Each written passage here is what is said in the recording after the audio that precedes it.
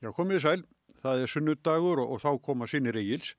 Það verður fjölmennt hjá okkur í dag, en við byrjum hér á vettvangi dagsins, en eftir að við höfum klárað það, vettvangnum er lokið, þá er það Sölvi Nordal, umboðsmaður barna, og þar á eftir Inga Sæland, formaður Flokks fólksins og félags- og húsnæðismálaráðherra. Þannig að það er margt á dagskrá. En til okkar er komin Sonja Ýr Þorbergsdóttir, formaður BSRB, Sanna Magdalena Mörtudóttir, borgarfulltrúi og forseti borgarstjórnar, og Þóruð Snær Júlíusson, framkvæmdastjóri þingflokks Samfylkingarinnar. Og á móti mér situr Gunnar Már Egilsson. En hérna, mig langar svolítið að byrja á því sem við höfum lesa í morgun að Donald Trump segir að sé 100% öruggt að Bandaríkin nái yfirráðum yfir Grænlandi og jafnvel án hervalds, en hann sem sagt er enn að hóta hervaldi. Og hvað segir þetta, Sonja? Það byrja mjög bratt. Ég verð að viðurkenna einmitt eftir því sem þessi umræða hefur svona að þróast lengra og lengra og þessi heimsókn varaforseta sem átti fyrst bara að vera eiginkona hans og svo framvegis, að þá einmitt, ég meina í nútíma sögu þá eigum við ekkert eitthvað fordæmi þessa. Mér fannst utanríkisráðherra Danmerkur Lars Løkke bara mjög skýr í sinni afstöðu að það væri þetta nú þegar við verða þarna og aðkoma Bandaríkjahers þó að hafi sannarlega fækka á undanförnum árum, en svo verði líka aðeins að viðurkenna að þú veist að einhverju leiti náttúrulega gekk kosningabarátta þeirra í Bandaríkjunum út á það, þeir væru að færa fram von breytingar, væru að bjarga fólki sem að býr á svæðum það sem er ekki lengur atvinnustarfsemi og atvinnuleysi mikið og allt þar fram eftir götunum, og það verður þetta að segjast eins og er að Grænland undir yfirráðum Danmerkur, þú veist, þetta er eitthvað sem hefði átt að vera búið að þróast mun lengra, mun fyrr heldur en það er að gerast núna. Þannig að ef ég ætla að vera að því ég er eiginlega svona smá, og svo við kennum það líka, svona bara buguð yfir einhvern veginn stöðu umræðna og bara stöðunni í heiminum, að þá tók ég smá polljón og hugsaði, mögulega geti þetta orðið til þess að styrkja stöðu Grænlands enn frekar. Þau hafa auðvitað svona verið að nálgast það frekar að þau vilja vera sjálfstætt ríki. Þau hafa allavega hafnað því mjög skýrlega að þau vilja ekki vera undir Bandaríkjunum komið, þannig að það er auðvitað jákvætt, en þetta er auðvitað bara grafalvarlegt. En kannski munur þess á, við erum í Evrópu, Grænland er í Ameríku, eða hvað er það einhver vörn fyrir okkur, eða þurfum við óttast? Einmitt tek undir að það þarf að hlusta á, þú veist, hvað vilja grænlendingar og þú veist, með að við einmitt að sé komið 2025 og þá heldur maður alltaf að maður sé komið svo framalega hvað varðar svona sjálfstæði ríkja og sjálfstæði þjóða, en það er bara alls ekkert raunin, það er þarna ákveðin saga sem á eftir að gera upp bara varðandi Danmörk og Grænland og það er staðreynd. En ég er einmitt líka á þeim stað að maður er dálítið bara svona hvað gengur manninum til, honum Trump, hvernig á maður að greina þetta, hvar byrja maður að greina þessa stöðu, út frá hvaða vinkli einhvern veginn er rétt að greina þetta svo maður geti einhvern veginn komist að einhverju niðurstöðu ástandið sem er í gangi, af því það eru auðvitað talað að hann sé bara svo óútreiknanlegur og ótrúlegur, en auðvitað hlýtur að spila inn í einhvern veginn, maður hlýtur að líta til þess, þú veist, hvernig svona auðvaldið og hvernig einhvern veginn manneskjuna sem að hann er komið með í kringum sig úr tæknigeirunum, hvernig einhvern veginn þeirra svona valda pólitík þannig að maður er að reyna að greina þetta og komast að einhverju skynsamlegri niðurstöðu, en ég bara svona átta mig ekki alveg á því kannski hvar maður eigi að byrja og hvernig maður eigi einhvern veginn að setja fram þar sem er að eiga sér stað, af því þetta er líka bara svo, eitthvað svo ótrúlegt. Já, hvar á maður að byrja að greina þetta? Það sem er að gerast er auðvitað bara, eins og Sonja sagði einhver veruleiki sem við höfum ekki þurft að upplifa kannski á okkar lífstíð. Þetta er afturhvarf til þess tíma svona þegar heiminum var stýrt af svona sterkum leiðtogum sem vildu hafa sín áhrifasvæði. Og það virðist vera eins og uppleggið sé það að Bandaríkin vilji að sinn bakgarður og sín nágrannaríki og sitt svæði alveg út fyrir Grænland sé þeirra áhrifasvæði með Kanada og Mið- og Suður-Ameríku alla undir þar, og maður sér þetta líka í upplegginu sem hefur verið lagt fyrir Úkraínu. frá hendi Bandaríkjamanna það hvað þurfi til þess að þeir styðji við vopnahlé þar og það raunverulega einhvers konar endurgreiðsla á þeim stuðningi sem Bandaríkjamenn hafa lagt Úkraínu til gegn því að njóta áfram einhvers konar verndar, alltaf bara að það verður farið allir fjármunir sem verða til vegna nýtingu náttúruauðlinda og annarra svona viðskiptatækifæra í Úkraínu farið sameiginlegan sjóð sem Bandaríkjamenn stýri og borgi sér fyrst og svo það sem eftir muni fara til Úkraínu og þetta svona eftir seinna stríðs pólitík sem við þetta eigum ekkert mjög að venjast. Það verður öll áherslan verið á að auka samvinnu, samþætta hagsmuni vestræna lýðræðis þjóða þannig að það komi ekki upp átök og að samstaða í gegnum bandalög eins og NATO og í gegnum Evrópusambandið og alls konar viðskiptasamninga. Núna afturhvarf, bæði í öryggismálum sem við verum að fara yfir hér og líka þetta á efnahagslega sviðinu með þessum tollarhræringum öllu saman. Þannig að þetta er nýr veruleiki og maður einhvern veginn ég byrjaði að segja bara hvar maður byrja að greina þetta og maður einhvern veginn að reyna að greina þetta bara í hverju viku vegna þess að maður veit ekkit almennilega hvert þetta endar allt. En það er svona ókyrrð í hlutum sem við reiknum ekkert með að þurfa að glíma við bara fyrir örfáum árum síðan eða hvað Smári? Já, heimurinn að breytast og það einhver leiti náttúrulega hefur Grænland alltaf verið á áróðursvæði Bandaríkjanna og þeir hafa fengið að gera það sem er viljið þar, þeir eru með herstöðvar og ég held að sé engin dæmi þessum að Bandaríkjamenn vilji hafa ykkur aðstoð á Grænlandi og fengi nei, ég held að sé ekki og ég held að sé líka þannig að ef að grænlendingar myndu gera samning við Kína námuvinnslu eitthvað svoleiðis að þá verið það bara stoppað svipað og var gert hér þegar Íslendingar voru að velta fyrir sér eða íslensk stjórnvöld, hvort að Íslendingar þetta til að belta og braut, þá kom Pompeo og lenti á Keflavíkurflugvelli og hitti Katrínu Jakobsdóttur og síðan hefur við ekki heyrt meir það þannig að en mér finnst það að því að vera að tala þetta og núna eitthvað breyting í Bandaríkjunum og þeir telja þetta ekki vera nóg, heldur vilja bara ná Grænlandi formulega undir sig og þetta með að sé eitthvað svona sjálfstæðisbarátta þar sem að ég meina, sumir grænlendingar vilja sjálfstæði, aðrir vilja tengjast Danmörku og einhverju vilja svo tengjast Bandaríkjunum. Ég finnst að það sé bara þannig. Það sé ekki, grænlendingar tala ekki allir einni röddu. En það ekki ógn við okkur, ef þeir ná Grænlandi, tala hann ekki með hervaldi? Ég held að skilgjarni í Ísland með nákvæmlega sem hætti, Og við finnst að því að vera alltaf að tala að við höfum að vera að endurskoða öryggishagsmuni okkar. Að ég held að við höfum kannski líka horfast í augu við að við höfum verið frá upphafi, frá lýðveldisstofnun undir áhrifasvæði Bandaríkjanna. Þeir komu hingað og listu Bretana af áður þeir voru þáttakendur í stríðinu og ég held að það hefur verið, það er marg dæmi í sögunni að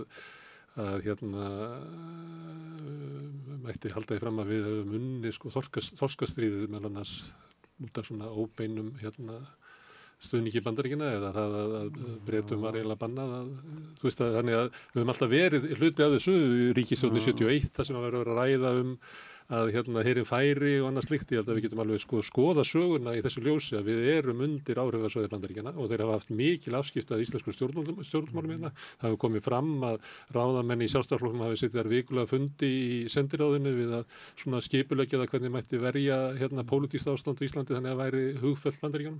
Og mér finnst að við mættum bara horfa á sögun okkar og horfa á stöðun okkar út frá þessu. Við erum svo óheppin eins og mörg ríki að vera í nágrenni við stórveldi á tímamótum þar sem að stórveldin, Rússland, Bandaríkin, Kína virðast svona eins og þeir séu helst með það í huga að skipta milli sín heiminum. Og það takmarkar svolítið frelsfólk. Mér finnst það ekki endilega gagnlegt að vera að láta eins og við séum sjálfstæðir en við erum. Nei. Ég er ekki að mæla með þessu. Ég finnst að vera ömurlegt ástand hér að vera undir á áhrifasvæði Bandaríkjanna sem er að þróast á ömurlegan máta þar sem að við sjáum lýðræði vera bara brotna sundur í Bandaríkjunum og það mun hafa áhrif hér. Herrin, þú nefndir þorskastríðin en nú er það bara upphefjast alíslensk þorskastríð. Það er með breyting á auðlindagjöldum með hækkun auðlindagjalda og þar er strax byrjað að hlaði í byssunar, það er sem sagt bara, þetta er kallað landsbyggðarskattur og svo margt annað líka, en hvað segir við um þetta? Er þetta ekki bara tímabært að byrjum í framkvæmdastjóra þingflokks Samfylkingarinnar. Jú, og fyrsta lagi auðvitað á þetta ekki að koma neinum á óvart. Það er augljóst á skoðanakönnunum sem hafa verið gerðar og rannsóknum sem hafa verið gerðar hér á meðal hvaða hug almenningur í Íslandi ber til þessari gjaldtöku að það er mjög skýr skilaboð það að þeim finnst arðurinn af auðlindinni ekki rétt skipt. Arðurinn af auðlindinni ekki rétt skipt. Það er algjörlega fyrirliggjandi að þeir 3 flokkar sem mynda ríkisstjórn núna og eru með 36 að 63 þingmönnum eru allir og boðuðu það allir í aðdraganda kosninga að þetta væri eitthvað sem þeir myndu standa fyrir.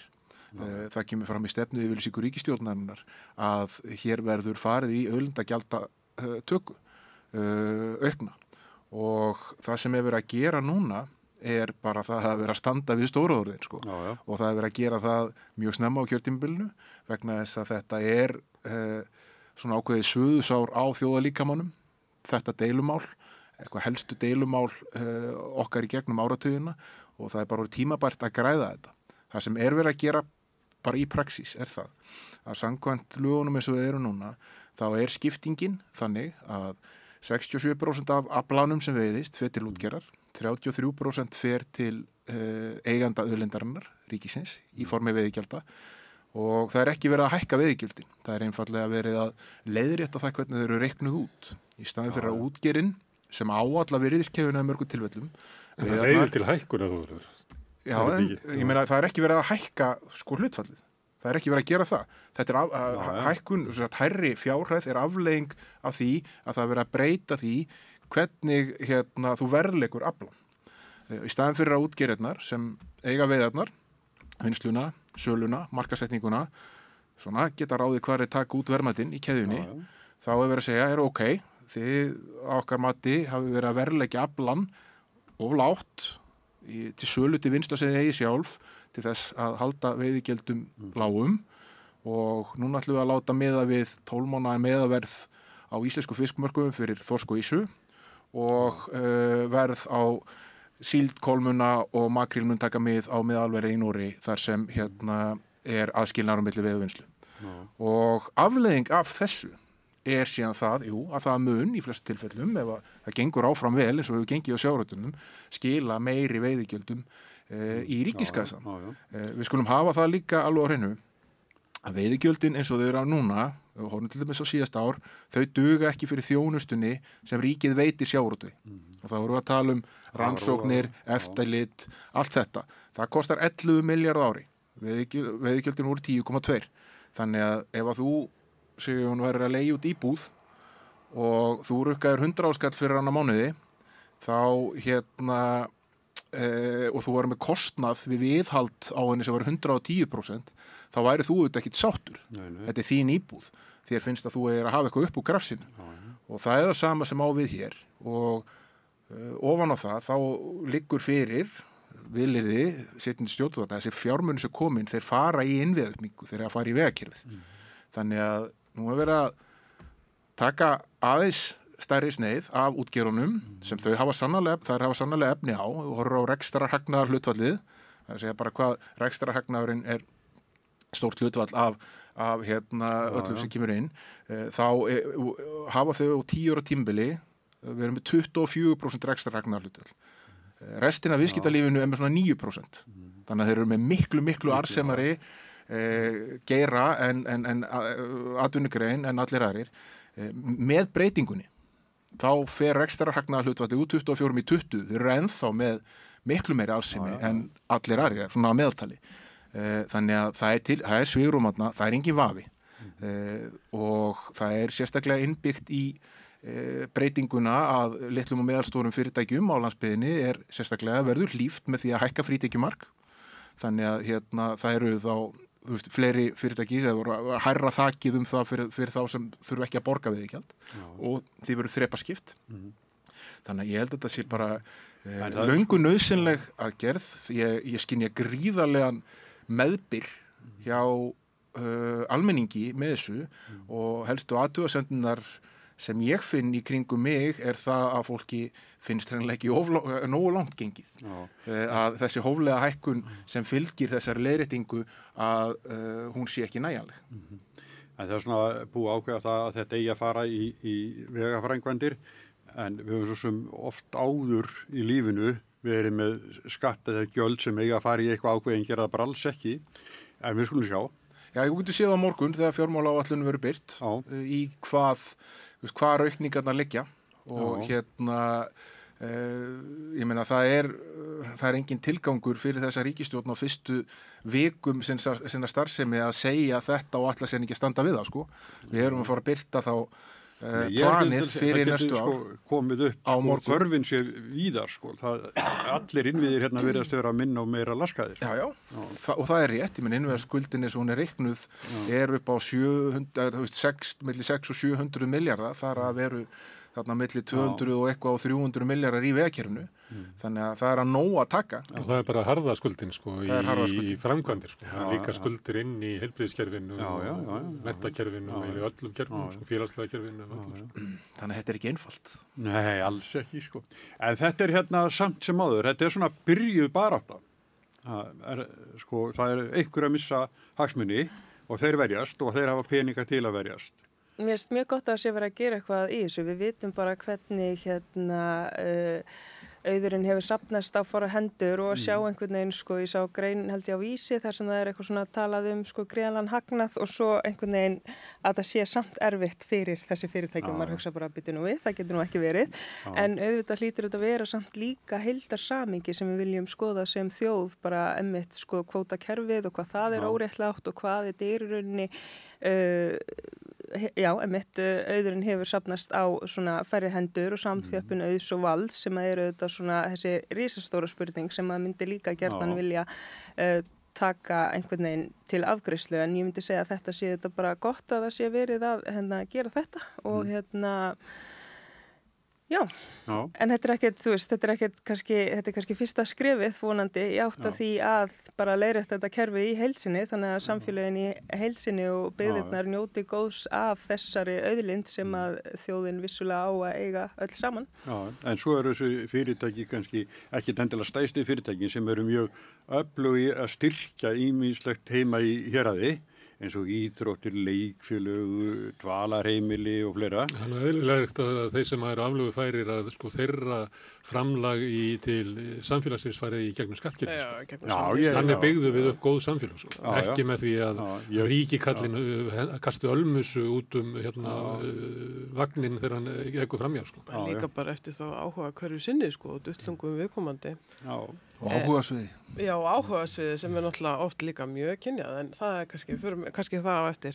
Ég held ég bara í fyrsta lagi svo ég gleymi því ekki að þá fannst mér mjög mikill Hönnu Katrín að koma í Kastljósi í vikunni og bara mér finnst það líka svona til eftirbreytni, bæði hvað hann var skýr, en þetta er náttúrulega líka eins og við sáum að viðtölu við aðra, þetta er ótrúlega flókin umræða fyrir fólk sem er ekki í henni alla daga og stóru hugtök og alls konar sem við tengjum ekki við. En ég held að stóra máli sé með þetta að þjóðin er búin að vera að bíða eftir breytingunum í áratugi hvað þetta varðar, en þetta er náttúrulega ekki kerfisbreyting, þetta er breyting á reikni aðferðum og ef ég mann þetta rétt á að skila 7-10 milljörðum aukarlega. Heildar útgjöld ríkissjóðs í fyrra voru 1500 milljarðar. Þannig að hlutfallslega er þetta ekki, þetta verður ekki kollvörpun og það verður einmitt áhugavert að sjá bara fjármálastefnuna á morgun. En það sem að líka tengist þessu, af því að hún verður náttúrulega umræða á morgun, er að það er búið að boða það verði bara minni umsvif ríkisins og það er auðvitað eitthvað sem að fyrri ríkisstjórn eða svona allavega hlutina laði ríka áherslu á til lengri tíma og þá auðvitað veltum að fyrir sig hvar á þá að minnka, hvar á þá að skera niður, hvaða kerfi eru það sem að þetta mun hafa áhrif á. Þannig að þó að þetta sé vissulega frábært skref í rétt átt og við þetta vonast eftir meira og hefur verið hluta stefnu okkar hjá BSRB og fleirum að þá svona líka þetta, heildarstefnan, hver er hún? Og ég hef svona áhyggjur af því að við vorum að ræða ameríska pólitík en ég meina heimspólitíkin öll á þann veg að það einstaklingshyggja í fyrirrúmi. Það bara svona á undanhaldi að fólk velji og setja í efstasæti samtryggingu og samneyslu. Þannig að það eitthvað sem ég hugsa líka sko, jafnvel þó að þetta séu flokkar sem gefi út fyrir það að vera vinstra megin í velferð eða jafnaðarmannaflokkur eða flokkur fólksins, að sko, erum við mögulega á þeim stað líka bara í samfélaginu að sé búið að forrita okkur öll svo nær einstaklingsmarkmiðinu að þetta verður aldrei svona samneysla samtrygging, allavega ekki eins og verkalýðshreyfingin að leggja áherslu á. Nei. Mér finnst að þú ætlaðir að fara að segja eitthvað Nei, ég get að sagt eitthvað vilt. Mér því að vera að tala hérna afstöðu þjóðarinnar og þetta er búið að vera deilumál í 40 árið ekki, Kvótakerfið. Þetta er 84. Já, mjög vaxandi þunga kannski síðustu 30 árin. Og það hefur komið fram hérna eins og maður sannir að vitna til og Þórður að þjóðin hefur verið spurð og ég held að sé ekki rétt að tala að kvótakerfið sé svo flókið og það sé bara sérfræðingar sem getur skilið það. Því ég held að þessi afstaða almenning sem kemur fram í könnunum að ég held að sé 80% sem að segja að kvótakerfið geti ýta undir misskiptingu í samfélaginu álíka eða meiri sem að segja þessi óréttlátt. Og þetta er það sem að fólk bara veit, bara í fjölskyldusögu sinni og það, ég meina, það allir tengdir í kvótakerfinu. Það ekki hægt eiginlega að vera Íslendingur á miðjum aldri á þess að vera með einhvern svona sans fyrir afleiðingunum, þótt að þú sett ekki með hugtökin á hreinu. Og það þetta óréttlæti í kvótakerfinu sem að við sjáum birtast meðal annars í því að þeir sem svo heppin að fá úthlutaðan kvóta, að þau að kaupa hér upp fyrirtæki, þau eiga búðina sem við erum í, tryggingafélagin sem við skiptum í, brauði sem við borðum og bara eiga orðið Ísland. Og það er þróun á samfélagi sem að ég held að mikil meiri hluti Íslendinga sé á móti, þó svo að Sonja sé að vísa í þessa svona einstaklishyggju sem að flæðir yfir alla umræðu. Þá held ég að almenningur sé meira og minna vilji hafa hér gott, réttlátt samfélags. Ég held að líka bara alveg rétt sem Gunnar voru að segja, en þetta magnast upp yfir þetta tímabil. Út af því að kvótakerfi eru þetta, jú, þú veist, við setjum á kvótakerfi, hérna með lögum 83 sem tekur gildi 84, svo kemur framsal á kvóta og þá getur þú farið allt í einu að sýsla með eign sem þú fegst frítt og raunverulega átt ekki og svo 97 kemur heimild til þess að mega veðsetja kvóta sem þú átt ekki í banka og þú getur þá fengið fjármuni til þess að kaupa upp meiri kvóta og við þá breytingu verður til kannski þessi rosalega aðskilnaður þá fer bara rakettan dálítið á flug hjá þeim sem eru þá haldandi á kvóta og svo gerist þetta aftur eftir hrun þegar mörg sjávarútvegsfyrirtækin sem voru búin að skuldsetja sig mjög mikið, voru með neikvætt eigið og voru upp á náð og miskunn nýrra banka í eigu ríkisins að þá var sett fót sáttanemnd sem pólitískir aðilar setja inn í og niðurstaða hennar er svo að ganga ekki að við honum sem var þá hægt og þá hefði verið hægt að innkalla kvóta gegn því að svona atvinnuvegurinn sættist á það að greiða fyrir aðgengi að auðlindinni og vinni þetta aðeins meiri í sátt við þjóðina.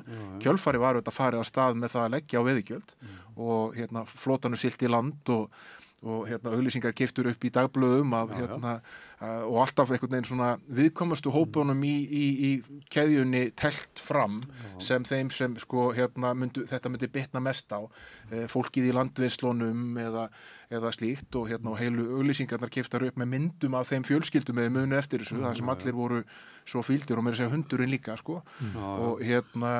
og þá var mikið talað þetta sama, landsbyggðarskattur, fjölskylduútgerir, hvað með börnin, allt þetta.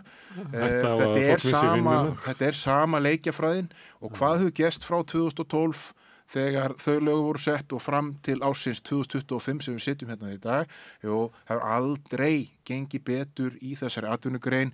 Hún er komið með upp í lok árs 2022 450 milljarða í uppsafna eigið fé, þá er búið að taka allar arðin út og búið að borga all opinberu gjöldin og þetta vitum öll að þetta eigið fé er verulega vanmetið vegna þess að þarna er ekki verið að miða við upplausnarverð á kvóta, það sem myndi fá fyrir kvótan myndi selja hann. Og meðan við viðskipti sem voru gerð 2021 þá er upplausnarverðið þar líklega 11 til 1200 milljarðar á kvótanum. Þannig að þetta er orðið þannig og aftur eins og Gunnar Smári benti á þeir sem eiga stærstu útgerðirnar hafa farið og fjárfest verulega mikið í óskyldum greinum, smásölu, fjármálafyrirtækjum, majónesframleiðendum, skyndibittastöðum, fasteigna þróunar félögum, podcastum, hægri podcastum, allt meira minna fjármagna þessu. Þú veist, allt þetta og ég meina 2019 þá var þessi fjárfesting metin á 180 milljarða hjá 20 stærstu í óskyldum greinum. Núna liggur fyrir skýrslubeini á þingi það að taka þetta aftur saman með stöðuna í lok árs 2023 og það verður mjög athyglisvert að sjá þar vegna sem mín tilfinning sú að sú fjárfesting aukist verulega á þeim árum sem hafa verið þarna á milli. Það er gríðarlegt óréttlæti, veitu, en höfum þá í huga að skrefi núna eins og Sanna var að benda á, bara eiginlega hænuskref. Miðað við þetta óréttlæti, sko. Líka bara ef maður hugsar neikvæðu áhrifin sem kvótakerfið hefur haft á samfélagið í heild sinni, eins og þeir eru að nefna bara hvert fer fjármagnið sem kemur úr þessu, hvað það að nýtast í og líka bara eyðileggjandi áhrif á byggðirnar. Hvernig er hægt að snúa því við til að byrja með? Hvernig verður það gert? Er það eitthvað sem við sjáum fyrir okkur í okkar framtíðarsýn? Er það þá til næstu ára eða næstu áratuga? Það hefur bara gríðarlega mikil félagsleg áhrif í rauninni ef maður greinir það út frá því í rauninni, það sem var og það sem er núna og bara hvað hefur skemmst í millitíðinni. Ég var að sjá bæði fyrir stakandu þetta með kvótakerfið. Sömu stöðum þar sem hann kemur út á landi sem hann byggðist upp á því að fólk er kannski líku vel við miðunum og fólk hafi byggt upp þarna og við þekkjum þessa staði voru fjölskyldur sem áttu bátana og einn kallinn var skipstjóri og bróðir hans stýrimaður og svo var netavestað og svona byggðust þessi þorp upp og svo fiskvinnsla og eitthvað fleira og svona seytlaði bara arðurinn af auðlundunum þorpið. Núna er það þannig að þessi þorp eru háð einhverjum kalli sem á kvótan og ef honum líkar ekki, stemmingin í þorpinu eða ef fólk vill einhvern veginn ráða sjálft hvernig sitt samfélag þróast, þá bara fer hann. Þetta er bara staðan og þetta er svo eyðandi áhrif á mannfélagið og við höfum að tala bara fullri alvöru þetta. Þetta getur ekki gengið svona Íslandi, heldur áfram að þessum sömu braut, verður bara ömurlegt samfélag. Ég held ég að við sagt frá því áður við Rauðaborðið að einmitt einhvern tíma að vera að skipuleggja 1. maí í bara ónefndu sjávarplássi út á landi og svo komi ljós að það er ekki farin kröfuganga þar og ég spyr betur okkur er ekki farin kröfuganga og því að útgerðinu hugnast það ekki. En þetta er rosalega skýr dæmisaga af því að þannig getur rétt líka ímyndað ykkur þetta óáþreifanlega stigveldi í bara hvort það birtist einhvern veginn í félagslífi eða grunnskólunum eða í mitti, eru vera að byggja undir íþróttir eða sundlaugar eða eitthvað sem tengist samfélaginu í heild sinni. Þannig að þetta skiptir máli í daglegu lífi. En ég vildi bara, að því ég veit ekki hvort það var að vera miskilað bara að tala annað Gunnarsmar, ég var ekki að meina að almenningur skildi þetta ekki, ég held að það sé bara mjög basic, það er bara mjög skýrt hyggjuviti og allar kannanir sýna það að þetta er eitthvað sem hefur verið svona efst á blaði hjá þjóðinni. En það sem ég fannst aðdáunarvert hjá Hönnu Katrínu er einmitt, að hún er raunverulega, því ég meina, svona hugtökin í þessu geta verið flókið, hvað hún gat einmitt, sett þetta skýrt fram í svona stóru umræðu og það sem að mér slíka svolítið við pólitíkina í dag og kannski hún alltaf verið svona, ég veit ekki, mér líður bara eins og hún sé ekstra núna, að þetta snýst einhvern veginn allt að gera alla ótrúverðuga í staðin fyrir við fáum einhverja dýpt í umræðina, því þetta langar mann að heyra gagnstæð sjónarmið og svona reyna bara að byggja betur undir þannig að sé svona já, ok, og þess vegna væri ekki skynsamlegt að gera þetta svona eða hinsegin, en þetta snýst allt það hvað eiginlega, ég veit engin neitt nema einhverjur ákveðnir, þegar ég til svo sá var það þannig að þá bar útgerðinni að leita eftir að fá hæsta verð fyrir fiskinn hverju sinni. Þannig að við sem vorum sjóvararnir, við seldum ekki fiskinn sjálfur, heldur útgerðinni var falið að gera það og þá var bara þeim skylda til að leita eftir hagkvæmasta verði hverju sinni. Þetta virðist annarkvort vera hægt eða í samningum eða bara engin sem virðir það, ég veit það ekki. Það kemur nú fram í þessum tillögum veikleikin í kerfinu sem að hafi verið sjómenn og fiskvinnslu sem að hafa ekki kvóta og eiginlega allir hagaðilar svo kallaðir nema stórútgerðin. Hafi verið með kröfum að fá allan fisk á markað sem er eiginlega kerfið sem er í Noregi með svona alls konar útfærslum sem eru bara teknilegar og ég nenni ekki að fara út í. En það er reynt að ná fram raunvirði fyrir fiskinn sem er mikið atriði fyrir að sjómennin fái rétt borgað Því ef ég á útgerðina og fiskvinnsluna og Þórður er sjómaður hjá mér og ég sér sjálfur mér að þá er ég að hlunnfara hann alla daga. Og það er sama á við hafnagjöld, það er sama á við hvað útgerðin greiði til samfélagsins, hvort taki útsvar og fleira, þannig að þetta hefur ekki náðst í gegn og þetta kerfi sem við erum að búa til núna vísa svolítið í þennan veikleika sem er og ég myndi vilja sjá að það gerast bara mjög hratt að hér eru bara sett lög þar sem allir fiskur fara á markað sem er eiginlega eina leiðin eina lausninga hvort sjómunum að þú nefndi þá. Já. Herðu, segjum þetta gott í bili. Því að við nefnd að ég myndi eftir að vera að efast að þetta eru kannski alltaf þessi peningur fyrir alltaf í vegakerfið út á landi. Þá myndi ég eftir það var fyrst var lagður á launaskattur að þá var það til húsnæðisuppbyggingar þegar verið að byrja með Breiðholtið. Þetta er núna hluta tryggingagjaldinu. Fyrst var þetta lagt sem 1% og hækkað svo upp í 1,5%.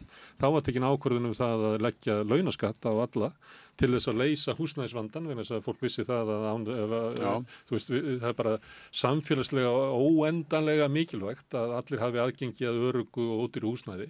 Og þetta var lagt á allan almenning og við erum ennþá að borga þetta en þetta fer ekki þangað lengur. Ég held að við ættum að rukka það. Hvað heldur að það hafi verið 1,5% launaskattur? Ég held að það hafi verið byrjað að flytja eitthvað annað svona upp úr 1980.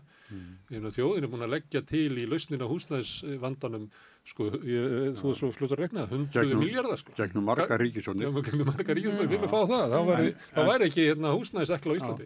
En talandi húsnæði forseti borgarstjórnar, það er mikið framundan eða ekki, þeir eru búin að kynna miklu uppbyggingu. Við vorum á föstudaginn og þá var einmitt yfirlýsing, það var kvittað undir yfirlýsing á milli verkalýðshreyfingarinnar, Reykjavík og borgar, þetta þá ASÍ og BSRB að einmitt við skoða bara saman hvað getum við gert, hvað getum við mögulega byggt þar sem ekki hefur verið byggt, hvernig getum við farið að því og bara virkilega verið að svona hvað segir maður bara það er vilja til þess að starfa meira með verkalýðshreyfingunni í húsnæðisuppbyggingunni og það er mjög ánægilegt. Við vorum báðar á föstudaginn, ég og Sonja og fleiri og það var skrifað undir þetta á þessum svona árlegum húsnæðisfundi borgarstjóra þar sem að farið einmitt yfir bara áherslur samstarfsflokkana. Við erum að tala fyrir því að það þurfi að byggja upp meira óhagnadrifið, það þurfi að leggja áherslu á meira félagslegt húsnæði en hefur verið gert áður.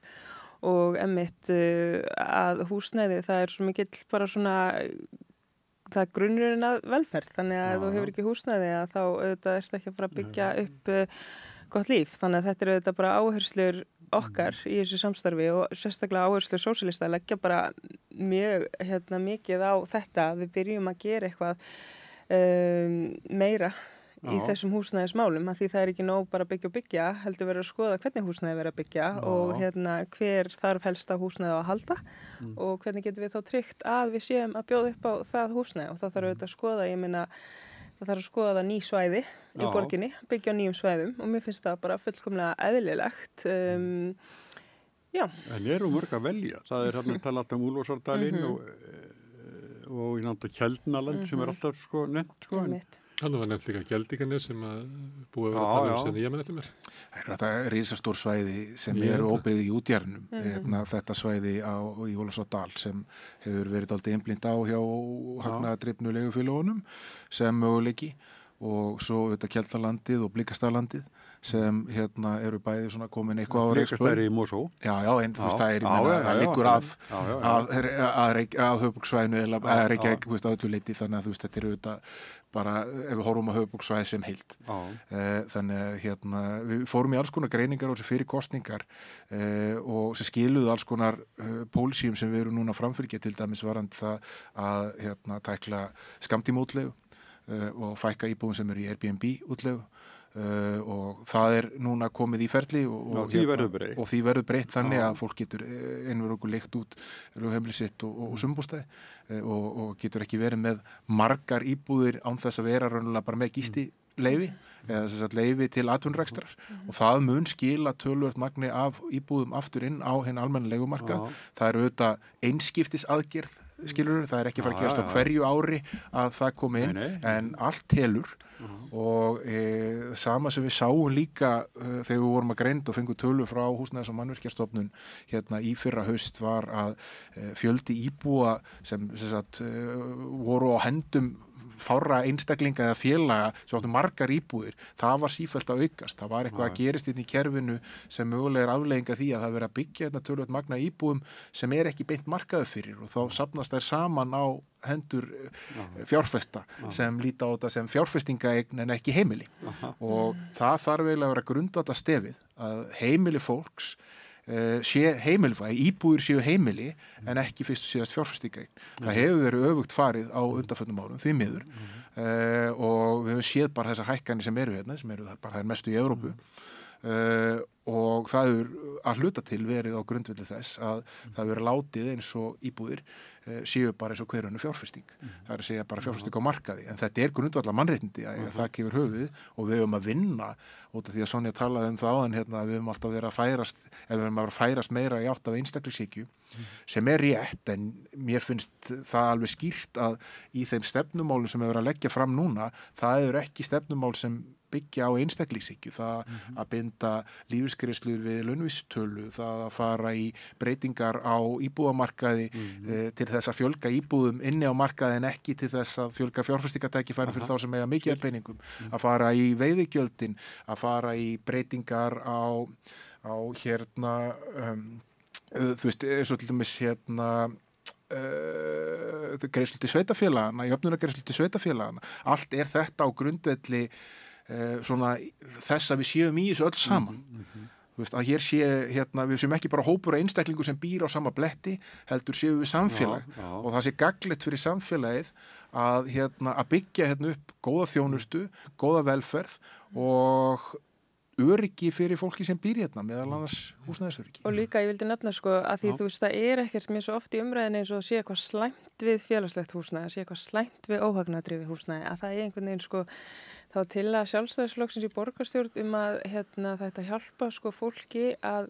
kaupa félagslegar leiguíbúðir. Og einhvern veginn talað þetta í því samhengi að fólk ætti að fá sko stuðning við að komast út úr félagslega kerfinu. Á meðan ég sé þetta sem bara við erum að byggja öll samfélag saman. Þú veist, þú átt ekki að þurfa að vera einhvern veginn nokkur ár í einhverju félagslegu og síðan að fara úr því að því að væntanlega á allt samfélagi að vera félagslegt þar sem við fáum það sem við þurfum á að halda og þá ekki að vera einhver skömm fólkin í því ef þú býrð í félagslegu húsnæði, ef þú býrð í óhagnadrifnu húsnæði. Þú veist, það á að vera gott húsnæði, það á að vera fallegt húsnæði, það á að vera bjart, það á að vera mitt sko mjög skemmtilegt á kynningunni sem var á föstudaginn að þá var hérna verið að fjalla íbúðir sem að Bjarg hefur verið að byggja og einmitt vísað í litina og mér fannst það svo skemmtilegt. Ég er bara mikil áhuga manneskja að það sé ekki allt svart og grátt og drapplitað í kringum okkur af því það gerir svo mikið fyrir sálina. Þannig að þú veist, við eigum all skilið að fá einmitt bara gott húsnæði, nógu stórt húsnæði, húsnæði með svölum, húsnæði með öllu sem að telst eðlilegt til heimilishalds og mér finnst bara einmitt, þú veist, talandi þessa einstaklingshyggju og einhvern veginn hvernig við lítum á hlutina, að það er svo sérkennilegt einhvern veginn að vera gera lítið úr því að fólk sko þurfi að búa í félagslegu húsnæði eins og þú hefur nefnt. Þú veist, það ætti að vera bara eðlilegur hluti af okkur samfélagi að við séum að tryggja að við séum öll með þessa grunn þætti í okkar lífi sem við þurfum að hafa, æskilji, og það er ekkert eitthvað að, þú veist, það er ekkert eitthvað að því að byggja með verkalýðshreyfingunni. Það er bara mjög eðlilegt, þú veist, það er ekki eins og við séum eitthvað svona, já, herðu, við þurfum að hjálpa markaðinum þar sem hann klikkaði. Augljóslega er markaðurinn ekki lausnin. Þú veist, það þarf að snúa svo öllu við. Þannig að þetta er alveg vonandi tekst okkur líka einhvern veginn að vinna því að bara snúa orðræðinu við varðandi bara að það sé eðlilegt að það sé félagslega uppbygging, að það sé eðlilegt að vera að byggja upp með verkalýðshreyfingu og liti á það bara sem einhvern svona, ekki sem einhvern svona plástur eða eitthvað þannig. Verkalýðshreyfingin hefur líka komið að öllum mikilvægum átökum í húsnæðismálum. En varðandi þennan þess að þú varst að skrifa undir á föstudaginn, er þetta eitthvað, er það að stíga lengra inn í að taka ákvarðanir eða taka þátt í mótun byggða heldur en hefur verið hingað til? Maður kannski bara aðeins sem langar svo bregðast þessi Sanna var að segja. Þú veist, þetta er svo gott dæmi hvað pólitíkin hefur áhrif á hugmyndir okkar og hérna er náttúrulega búið að byggja á séreignarstefnu í áratugi af því það hafa verið svona ríkjandi valdhafar hverju sinni. Og þá auðvitað eins og sjáum á sko könnunum sem hafa verið gerðar meðal leigjenda, þú veist, að vilja allir eiga eigið húsnæði af því að leigumarkaðurinn svo ömurlegur. Þannig að þú veist, þá oft vísað í þau rök, en á mótið mitt kemur að ég held ef við byggjum í Svíþjóð, þú veist, þá það ekkert endilega allir vilja vera í eigin húsnæði, af því það bara víða, auðvitað mismunandi eftir sveitarfélögum, góður leigumarkaður og líka svona öðruvísi búsetakerfi sem að, þú veist, ekki að dýrt að komast inn í og bara hægt að byggja sér eða vera með gott heimili. En sko já, einmitt, af því það var í kvöldfréttum í gær eitthvað svona að viljayfirlýsingar svona eins og þær hefði lenga þýðingu og þá svona langaði með að rifja upp að þegar ASÍ var 100 ára árið 2016 og þá undirrituðu Reykjavíkurborg og ASÍ viljayfirlýsingu uppbyggingu á félagslegu húsnæði sem að BSRB kom síðar inn í og varð Bjarg sem náttúrulega sko eitthvað það mesta grettistak sem að hefur verið lyft í uppbyggingu húsnæðis á undanförnum árum. Og það náttúrulega þannig að fyrsta skrifið, það þarf vilja til verka og það ótrúlega jákvætt og við erum glöðið mitt að það sé búið að sína fram á þann vilja og með þess að formgeran með undirritun svona viljayfirlýsingar. Já, en það náttúrulega alveg á hreinu að sko ef að það svona stórt landsvæði undir sem verið að taka til skoðunar að það verður ekki bara félagslegt húsnæði þar. Þannig að þá þarf auðvitað að skoða möguleikana og það búið að vera undirbúið mjög, mjög lengi að við hér á Íslandi getum færst nær því fyrirkomulega sem að tíðkast við erlendis að lífeyrissjóðirnir sjáu það sem fjárfestingakost að koma að húsnæðisuppbyggingu. Þeir eigu auðvitað nú þegar mjög mikið í félögum sem eiga atvinnu fyrirtæki eða húsnæði og ég held að það sé bara mjög spennandi því að það einmitt búið að undirbúa jarðveginn, það búið að breyta lögum þannig að það svona verið að gera það kleift. Lífeyrissjóðirnir auðvitað með, þú veist, lögbundna ávöxtunarkröfu, þannig geta ekkert farið inn í skiljanlega þegar fólk hugsa það þannig að okkur koma ekki lífeyrissjóðirnir betur en einhverju félagslega en þeirra meginmarkmið að ávaxtapundi fyrir sjóðfélaga en auðvitað með, þau þurfa að setja peningana í vinnslu hverju sinni og þetta verkefni og við sjáum það út frá reynslu annarra landa, það vel hægt að ávaxtapundi á þessu og það þá líka samfélagslegt. Tekur það box. Ég glemdi að nefna eitt sko að það þetta einmitt líka bara í sögulegu samhengi þegar maður skoðar aðkomu verkalýðshreyfingarinnar þá þetta bara hreyfingin sem hefur náð miklu í gegn fyrir samfélagið einmitt, þú veist, varðandi húsnæði og margt. Ég vil benda á líka út því að Sanna myndist á þessa tillögu það að gera fólki kleift að kaupa félagslega húsnæði sitt. Sko þetta hefur verið gert á Íslandi með hræðilegum afleiðingum fyrir alla nema þá sem fengu þetta kauptækifæri sem gátu þá eignast eign á frekar lágu verði og seltan síðan afturvegna sem markarum flegi ferð á hærra verði og það fólk fekk einhvern veginn skref upp í eignastíðan en fótunum var kippt undan félagslega kerfinu og húsnæðiskerfinu og við höfum eiginlega ekki beðið þess bætur nema núna bara kannski á allra síðustu árum eins og Sonja að nefna með þessari óhagnaðardrifnu uppbyggingu og nú bý ég á einu svona þéttingareit það sem svona 20-25% á að vera óhagnaðardrifið eða félagslegt með þessum marglitu bjarghúsum sem Sanna var að tala um. Og með fullir virðingu fyrir þinni blokk að þá var þetta miklu fallegri hús. Já, ég get bara tekið undir það og maður sér að þetta sko frábærar íbúðir og hvað segja, bara mannsamandi íbúðir. Þetta eru falleg hús, þetta eru stórar íbúðir og þetta í mörgum tilfellum miklu betri íbúðir en fólki býðst á hennum almenna leigumarkaði sem í verra ásigkomulagi eru minni en miklu dýrari. Vegna þess að það var farið í svona átak að byggja upp þessi óhagnaðardrifnu félög sem þurfa ekki að greiða sér út arðsemi og þá erum við á réttir leið þegar við erum að gera þetta svona og þetta alveg rétt, það á ekki að vera að fylgja þínin skömm eða þú veist, fólk að finna það eitthvað skrítið eða lítið að búa í félagslega óhagnaðardrifnu húsnæði það bara verið að bjóða þér upp á kost og ef að þessi kostur henda þér á þessu tíma þá það bara frábært og við höfum að fjölga þessum kostum. Mér langar að skjóta tvennu að sko þú veist, fyrstulega þessi fundur mér fannst kveða við sko nýjan tón á svona húsnæðisfundi að þegar við erum auðvitað búin að heyra það búin að koma inn arkitekta fram í fjölmiðlum og segja bara Reykjavík að verða ljót og það má alveg taka undir það að mörgu leyti og síðan hefur stefnan einhvern veginn verið bara á að byggja mjög hratt og mikið af því það svo mikið vöndun en það má ekki gleyma því þetta actually staðið þar sem fólk að skapa minningar og þú veist, það þarf að búa þarna með reisn og að bera virðingu fyrir umhverfinu og á fundunum var einmitt og það sem líka búið að vera innlega svolítið hér, það var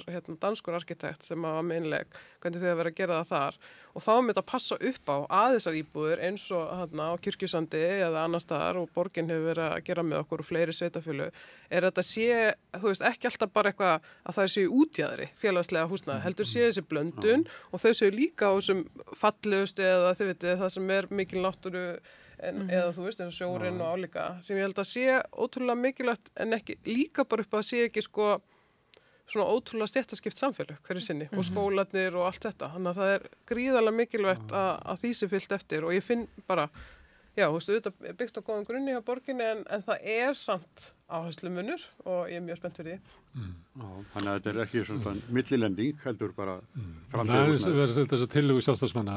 Þetta er umverulega tillega frá Margaret Thatcher sem hét Right to Buy af því að sveitafélögin höfðu byggt upp félagslegt húsnæði í Bretlandi og þá hafði fólk rétt á það að kaupa sig út úr þessu. Ég held að við 30% af íbúðunum farið út með þessum hætti sem að stór skaðaði félagslega kerfið og jók mjög svona misrétti í samfélaginu og hækkaði íbúðaverð og svo náttúrulega endaði líka með hryllilegum afleiðingum með brunanum í háhýsinu í London þar sem var svona dæmi að þeirra búið að einkavæða félagslega þjónustu. Þannig að sko það að leggja þessa tillögu til finnst mér vera svona að benda til skort á þekkingu. Davíð Oddsson gekk ennþá lengra, hann var að við vorum með séreignakerfi í félagslega kerfinu, þessu verkefnabústaðanir, þá var það right to sell, réttur til að selja út sem að Þórður var að lýsa, þar sem að kerfi var eiginlega leyst upp, þeir sem að voru svo heppin að búa í kerfinu á þeim tíma. Ég reyndar hitti mann daginn sem að býr ennþá í kerfinu, hann seldi aldrei. Ég held að það sé ykkur vandræði á hvernig það var að leysa hans mál. En að þau fengu bara kössuð inn, þú veist, kannski, ég veit ekki, ábyggilega á núvirði kannski 25 milljónir hver fjölskylda. Og þá var bara hvarf kerfið, bara það var engavætt. Það verið stærsta engavæðing Íslandssögunnar, engavæðing á verkefnabústaðakerfinu sem hefur haft hryllilegar afleiðingar og Bjarga sömuleyti er viðspyrna við það að laga það en ég held að Bjarga í bara brota þeim íbúðum sem hefðu verið inn í félagslega kerfinu ef það hefði ekki verið eyðilagt sko. Þá væri við líklega með 25-26.000 íbúður í verkefnabústaðunum og þið getur bara rétt ímynda ykkur hvað breytingin hefði verið. Ég man eins og hitti ég mann sem hafði búið í Svíþjóð á 8. áratugnum og var að spurja hann milljónaverkefnið, þar sem hefði byggðu 1 milljón íbúðir. Og hann var að lýsa því þannig að það var svo undarlegt að það var eins og allt í einu yrði bara þögn í samfélaginu. Það hefði verið svo mikil spenna og erfiðleikar og mikil svona átök sem spruttu bara út af sko vandræðum í húsnæðiskerfinu, fólk að búa við ömulegar aðstæður, okurleik og annað slíkt. En þegar þetta átök var búið, þá var eins og bara það slegið þögn á samfélagið í Svíþjóð. En hann var að segja mér þetta vegna þess að síðan hafa Svíarnir náttúrulega farið veg nýfrjálshyggjunnar og fleira og það er ennþá mikil áhrif, þetta er ennþá ráðandi til þess að markaðsverð á leigu í Svíþjóð, en það samt eru sko húsnæðisvandinn komin aftur og það byrjaði að vera ræð að gera þetta aftur. Hann nefndi þetta vegna þess að nú fannst honum aftur að komin þeir erfiðleikar inn í samfélag sem að voru áður en þeir leystu sko húsnæðisvandann. En svona, ég meðlega að spyrja þig, er einhugur hjá launafólki að félögin þeirra eða samböndin farið þessa leið, þessi svona stefna að hver á sitt, það hljóta verið inn í þessum félögum alltaf fólk sem er trú þeirri stefnu að maður verði að eiga sína íbúð eða sitt húsnæði. Hvort að það fólk sé sammála því að félögin eða samböndin séu þátttakendur í uppbyggingu á einhverju sem að þau koma aldrei til með að nota. Já, og ég mitt að því að þú veist að svona margir velt þessu fyrir sér sko, er fólk að leggja áherslu á eitthvað sem að snertir ekki þau sjálf mögulega, en þetta gerir það þetta, að því að ég menna ef við segjum að þú veist, fólk í kringum 50-60 með börn sem er að ætti að vera að stíga sín fyrstu skref á húsnæðismarkaði, að þá þetta viljaðu leysa vandan með einhverju móti. Og þó að þetta, eins og búið koma hérna fram, að Bjarg er mjög svona, þetta er náttúrulega mjög fáar íbúður í stóra samhenginu, en er strax farið að hafa áhrif á sko leiguverðið. Og það sem að ég held að það sé bara svona sameiginlegt að við hugsum öll hérna er að það er ekki möguleiki fyrir fólk að komast inn á húsnæðismarkað nema það eigi fólk með trausta sjóði og hvað þá ef að börnin eru fleiri en eitt og skilur og hver er staðan þá. Þannig að mér finnst þetta svona svipa, þú veist, það þó þarna stóra hugsunin og búið að vera byggjunda til lengri tíma. Það þarf að tryggja frambóða húsnæði og ég held að þið hafi líka skilning á því að sko einmitt, hvernig ætti svona kerfi að vera öðruvísi? Af því að þú veist eins og þetta þegar það var lagt niður og var selt út úr því, verður ekki að tryggja íbúðna sér til staðar og fólk sem þarf að halda hverju sinni geti verið að leigja þar og vera með örugga leigu hverju sinni. Sko, mál Ásthildar Lóu, þið til í að ræða það? Það ekki frétt í síðustu viku eða? Þar síðustu viku? Það er ekki enda. Ekki? Er þetta dögt mál? Ég held að það muni lifa svolítið þetta mál. En hvað er hægt að ræða það? Ég meðist þetta að vera svona mannfélagslegt mál á sömu leyti. Ég held að hæfi vera að ræða þetta í pottunum og öðru slíku. Ég held að þetta hæfi mjög illa til umræðu til dæmis í fyrirspurnum í þingi eða svona tilraunum til þess að gera þetta í svona stjórnsýslulegu máli eða lögfræðilegu máli.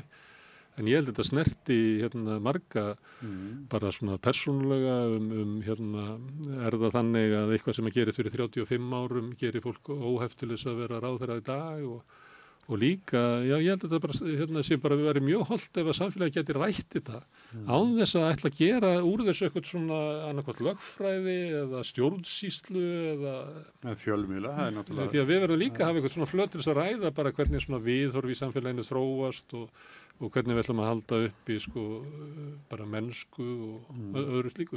En flest okkar svona líta þannig á þetta að það verið tekið mjög mikið frá henni. Og svo fjölmiðla, þetta er náttúrulega stórt. Fjölmiðla, ég er að segja það. Fjölmiðlarnir sko fara með óvandaða frétt og sem að teki mikið af ráðherranum Ásthildi. Hún missir ráðherraembættið sitt sem kannski verið draumur lengi En nú verið svolítið umræðan fyrst með verið það hvernig bregst RÚV við að leiðrétta fyrstu fréttina. Er búin að gera tilraunir til þess. Já.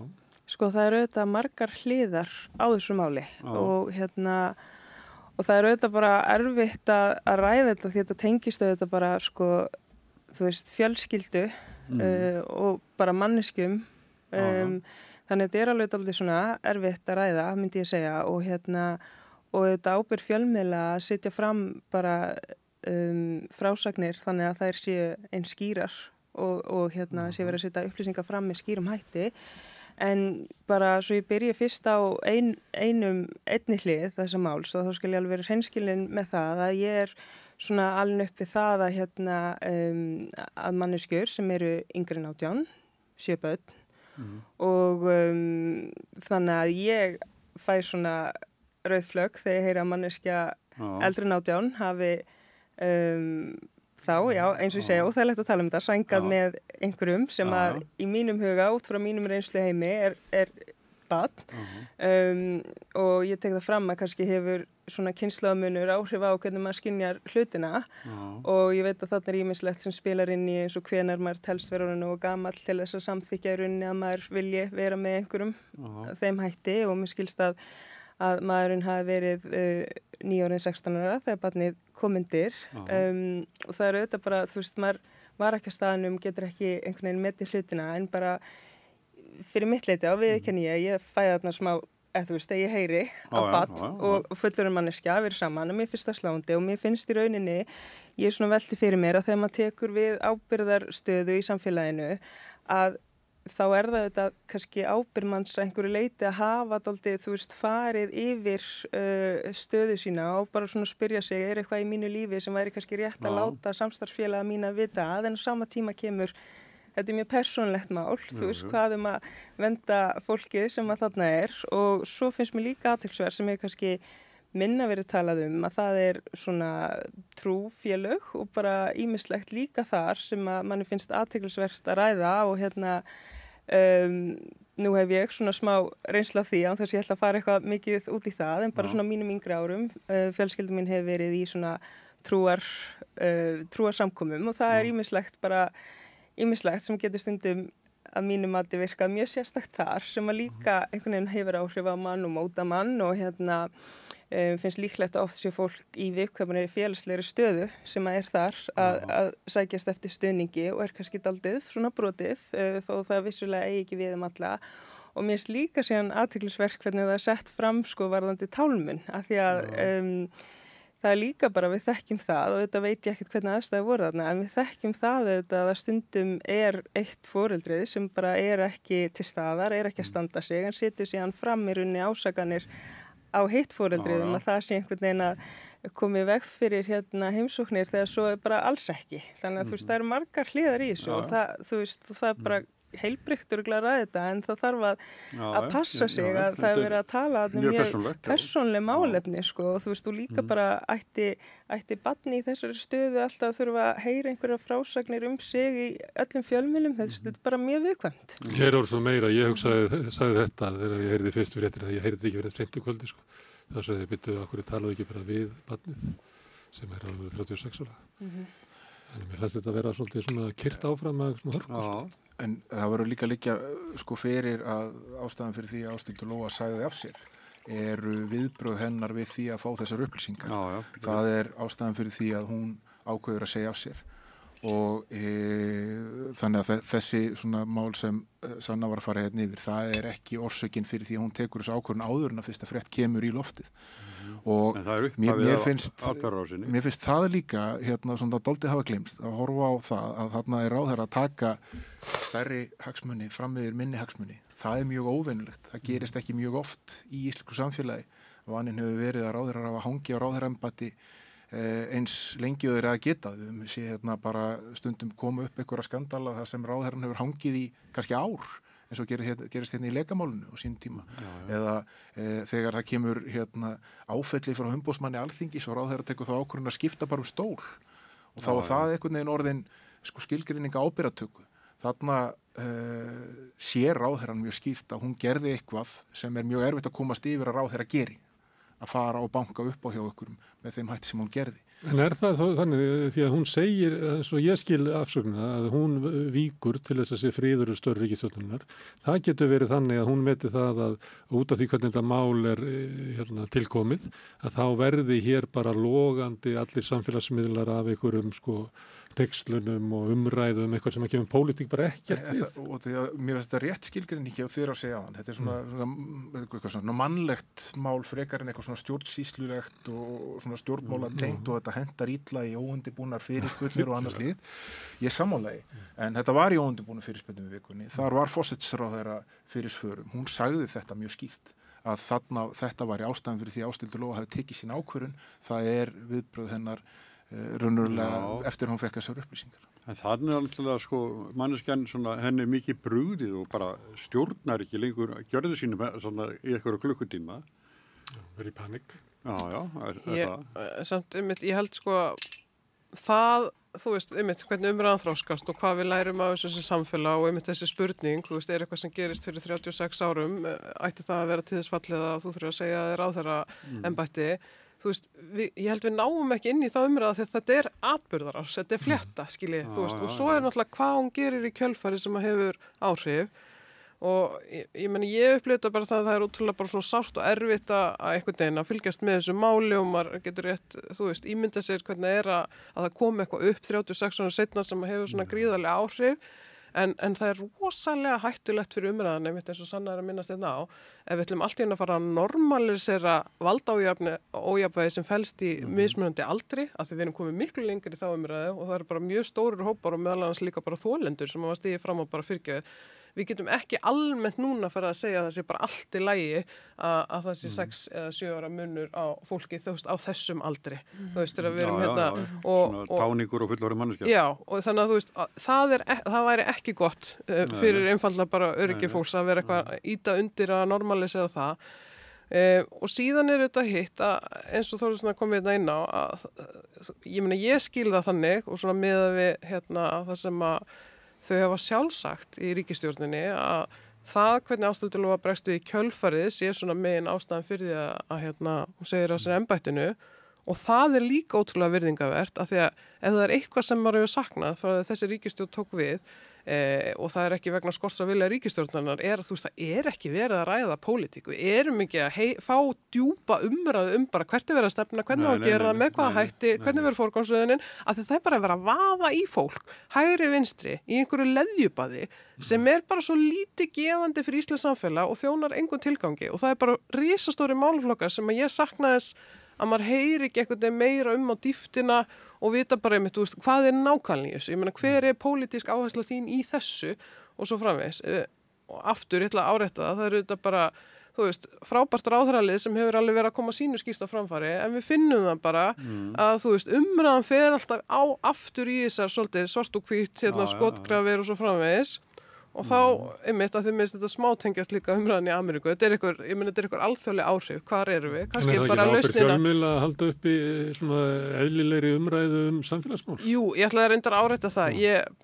Ég skil ekki hvernig þetta leitist út í það hvort þetta væri frétt eða ekki frétt. Þetta allan daginn frétt. Ég minnst það svona afvegaleiðing á umræðinni og sömuleiðis hvort það hafi verið trúnaðarbrestur í forsætisráðuneytinu. Come on. Það raunverulega nefnt að hún megi vera á fundinum. Þú þarft ekki að vera djúpt inn í stjórnstöðurétt rétt, sko. Já, ég skal alveg viðurkenna hafandi verið með flensu alla þessa viku og ég ekki búin að leggjast eftir hver sagði hvað og hvaða tímapunkti og svo framvegis, en ég meina RÚV búið að birta þessa leiðréttingu sína. En mér finnst líka, þetta líka einhver svona púls á því hvar við erum sem samfélag. Af því að annars vegar þetta mannlega og fólk vill einhvern veginn standa með og verja ástöldi lógu, en það af því leiðir kannski umræða sem heldur ekkert sérlega gagnleg fyrir samfélagi og með talandi tálmun, almáttugur, ég held að það hafa aldrei neitt rætt þetta hugtak valkvæði feður. Þegar feður ákveða bara, þeir ætla ekki að bera ábyrgð á uppeldi barnanna sinna og stimpla sig bara út úr síðan æðislega mikið fórnarlömb þegar bara eða þeir fá ekki einhverju upplýsingar eða umgengni við barni eftir dúk og disk. Það var kostulegt í þessari frétt að það var sagt að samt hefði hún rukkaðan meðlag sem mér finnst ótrúlega siðlu setting. Barnið á rétt, það er réttur barnsins og mér fannst bara, ég vil aðeins bara skjóta inn með tálmun af því það einmitt ábyrgð fjölmiðla að setja hlutina skýrt fram. Ef einhver upplifir tálmun en ekki kannski fullir það tálmun átt sér stað og ég ætla bara að nefna að ég alveg upp að einstæðri móður og þegar ég heyrði frásögnina hvernig var verið að lýsa í rauninni aðkomu þá föðursins á einhverjum tímapunkti, þá var ég bara vá, þetta bara, mér líður eins og þetta sé nákvæmlega sama frásögn og móður mín hefur sagt mér frá varðandi Emmitt þennan valkvæða föður sem að ég á, sem að Emmitt bara hvarf til lengri tíma, ekki hægt að ná í hann og mamma mín alltaf að reyna að ná í hann og bara eitthvað herðu og verður að eiga samskiptum við barnið og alltaf að reyna einhvern veginn bara eitthvað svona sann að tala við pappa þeim, skilju, og síðan Emmitt, hann hefði verið líklegur til að segja bara, herðu, basmóðu mín með svaka vesen, vill ekki leiða mér að hitta barni, þegar kannski það bara eitthvað, herðu, ég er búin að vera að ná í þig langan tíma og þú kemur aldrei og það er eðlilegt að það er eðlilegt að foreldrar sem lendi í svona, segi kannski einhver tíma bara eitthvað, herðu, þú verður að mæta, annars bara þurfum við eitthvað að endurskoða þessi samskipti sem við erum að reyna að halda úti. Sem er alltaf tekja manna tal, Mér langar að spyrja Sonju að því þú ert að segja þetta. Finnst þér að fjölmiðlar séu að bregðast í að halda hér uppi bara heilbrigðir í samfélagsumræðu og látið eftir sér að hlaupa eftir þessum leðjuslag sem út af því? Nei, alls ekki. Ég meina þau eru bara að flytja fréttir og ég meina við höfum bara eins og... Já, ekki við þetta mál sérstaklega? Nei, ég meina þau eru að flytja fréttir og það er ekki heldur hvert fer athyglin í samfélaginu hverju sinni. Hvað verður fréttin sem að stendur upp úr? Það er eitthvað samfélagslegt. Ég myndi ekki segja að það var ábyrgð fjölmiðla. Hins vegar auðvitað er það alveg þannig að við sjáum að ákveðin fjölmiðill er svolítið meira í því að vera aðtast í persónum heldur en nokkuð tíma málefnunum og það er auðvitað skaðlegt og ég meina það er auðvitað bara miklu lengur og dýpri umræða hvernig eigin að halda fjölmiðlum og stuðningu við þá og bara mikilvægi þeirra í samfélaginu. En já, og þess að fannst mér líka erfitt að þetta skildi verða eitthvað svona skotspotn að því er þetta frétt, er þetta ekki frétt, þetta er allan daginn frétt. Við skulum líka bara tala almennt, bara íslensku það að hér hefur verið kerfisbundið unnið að því að veikja fjölmiðla.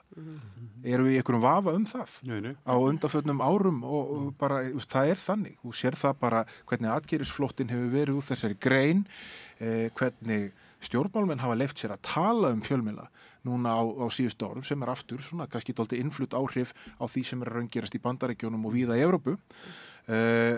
það hefur verið þannig alveg skýrt í mínum huga í langa tíma og nú veit ég, 20 árum í þessu fæi og mjög langa tíma í það að reyna að halda úti sjálfstæðum litlum fjölmiðlum sem áttu að vera gagnrýnir og veita ráðandi öflum aðhald að mjög kerfisbundið hefur verið unnið að því að veikja fjölmiðla og við sjáum skýrasta birtingarmyndin þetta salat sem stuðningur við einkarekna fjölmiðla í framkvæmd. Það búin til einhver nefnd hérna sem rúlar út mörgum tillögum sem eiga að vera samhágandi og hvar endar þetta? Þetta endar einhverjum skotgröfum yfir einni tillögu, yfir peningum sem í stóra samhenginu eru bara smápeningar og þetta fær bara að trykla svona áfram bara í þessum skotgröfum ár eftir ár og núna bara komið í óefni og það bara þannig. Já. Og það verkefni núna og mér finnst þessi skilningur hjá því fólk sem var að taka við og ekki búið að setja völdum í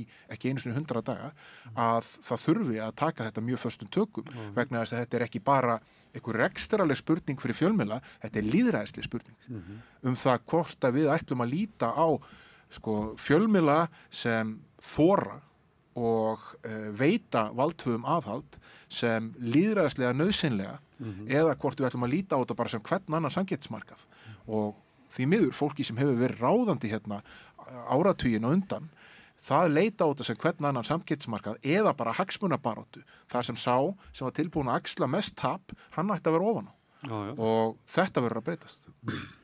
Ég ætla bara að því að hann sagði að veri ekki búin að sitja í 100 daga, ríkisstjórnin búin að sitja í 99 daga, það verður 100 dagar á morgun. Það var hennu. Herriðin, ég þakka ykkur mikið fyrir komuna, Þórður, Sanna og Sonja. Takk. Og hér eftir kemur umboðsmaður barna Salvör Nordal.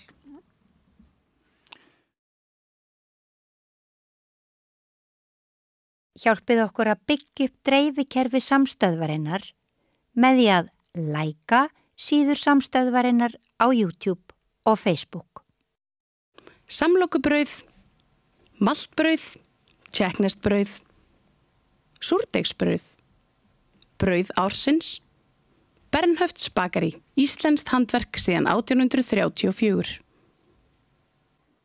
Við erum í útvarpinu á FM 89,1. Þarftu að tala borgarfulltrúa. Borgarfulltrúar Sósíalistaflokksins með viðtalstíma alla mánudaga klukkan 13:30 til 14:30. Það þarf ekkert að bóka tíma, endilega kíkja við í Bólholt 6, 105 Reykjavík. Gerist áskrifundur á samstöðinni og taki þátt í að byggja upp öfluga og róttæka samfélagsumræðu. Með því að ganga í leigjendasamtökin styður þú baráttu leigjenda. Leigjendasamtökin eru fyrir öll þau sem vilja vinna að réttlæti og öryggi á húsnæðismarkaði. Leigjendasamtökin.is. Allir þættir samstæðvarinnar eru fáanlegir á öllum helstu hlaðvarpsveitum. Allt það besta ókeypis. Knúsaðu vini þína. Samstöðin þar sem manneskjurnar koma saman. Segðu það á samstöðinni. Samstöðin í eigu hlustenda, áhorfenda og lesenda. Sláist í hópinn og gerist áskrifendur.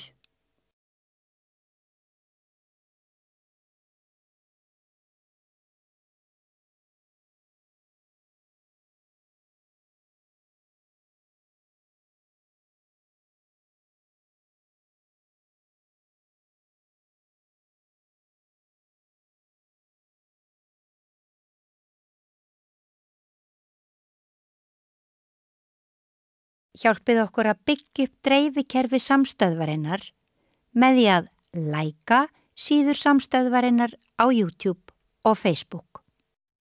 Samlokubrauð, maltbrauð, tékkneskt-brauð, súrdeigsbrauð, brauð ársins, Bernhöfts bakari, íslenskt handverk síðan 1834. Við erum í útvarpinu á FM 89,1.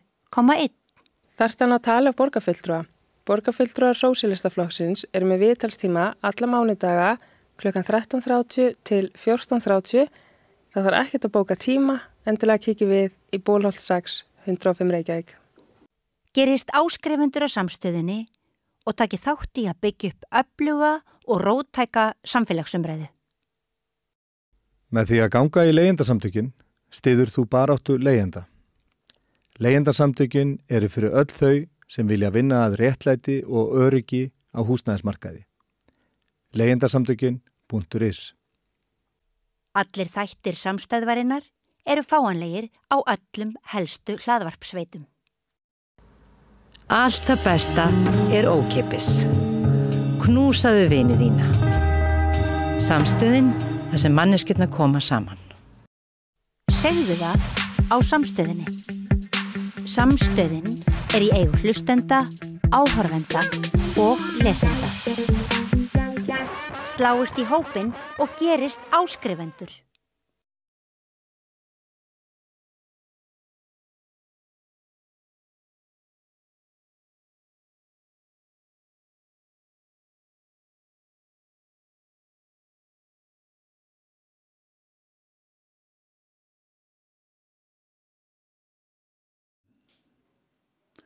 Já, við höldum áfram. Til mín komin Salvör Nordal, umboðsmaður barna. Vertu velkomin. Takk kærlega fyrir.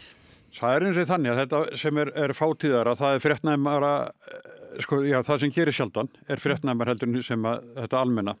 En það búin að vera nefnilega mjög margar vondar fréttir af börnum. Já, það búið að vera mikið, börn hafa verið mjög mikið í fréttunum síðustu mánuði.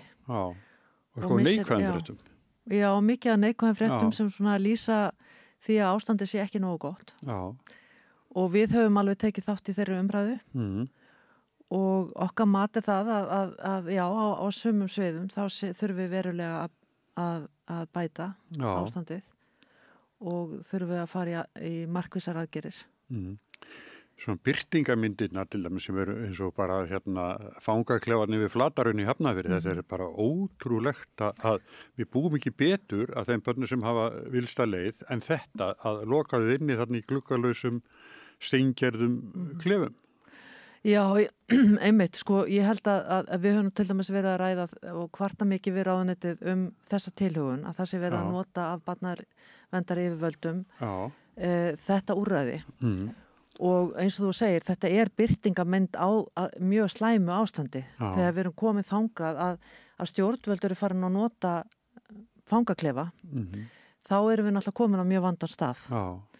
Og það við höfum náttúrulega, við vorum í talsverðu samtali með bréfaskriftum við ráðuneytið á síðasta ári einmitt stöðuna fyrir þennan hóp sem í mestum vanda og þarf að komast í úrræði og hefur náttúrulega verið með stuðla og svo önnur langtíma úrræði en það hefur bara skapast neyðarástand á þessu sviði og það til dæmis staða bara komin upp að það hefur ekki verið hægt að bjóða upp á langtíma meðferð fyrir drengi sem þá eru kannski fyrst vistaður á stuðlum í einhver tíma en fara svo í nokkra mánaða meðferð hefur mér skilst alveg það sé alveg ár síðan það var og það var náttúrulega þurft að loka Lækjarbakka og sem var langtíma úrræði og það hefur ekki tekist að finna annan stað ennþá eða það núna búið að finna stað en hann verður ekki opnaður alveg á næstunni það þarf að fara í breytingar og það getur allt tekið tíma. Það húsið í Mosfellsveit? Nei, það húsið í Gunnarsholti. Já, Gunnarsholti. Og sem búið að finna og það var eitthvað annað í mildtíðinni sem ekki gekk svo upp en það var svona fyrir langtíma með fyrir drengi og þetta náttúrulega mjög alvarleg staða.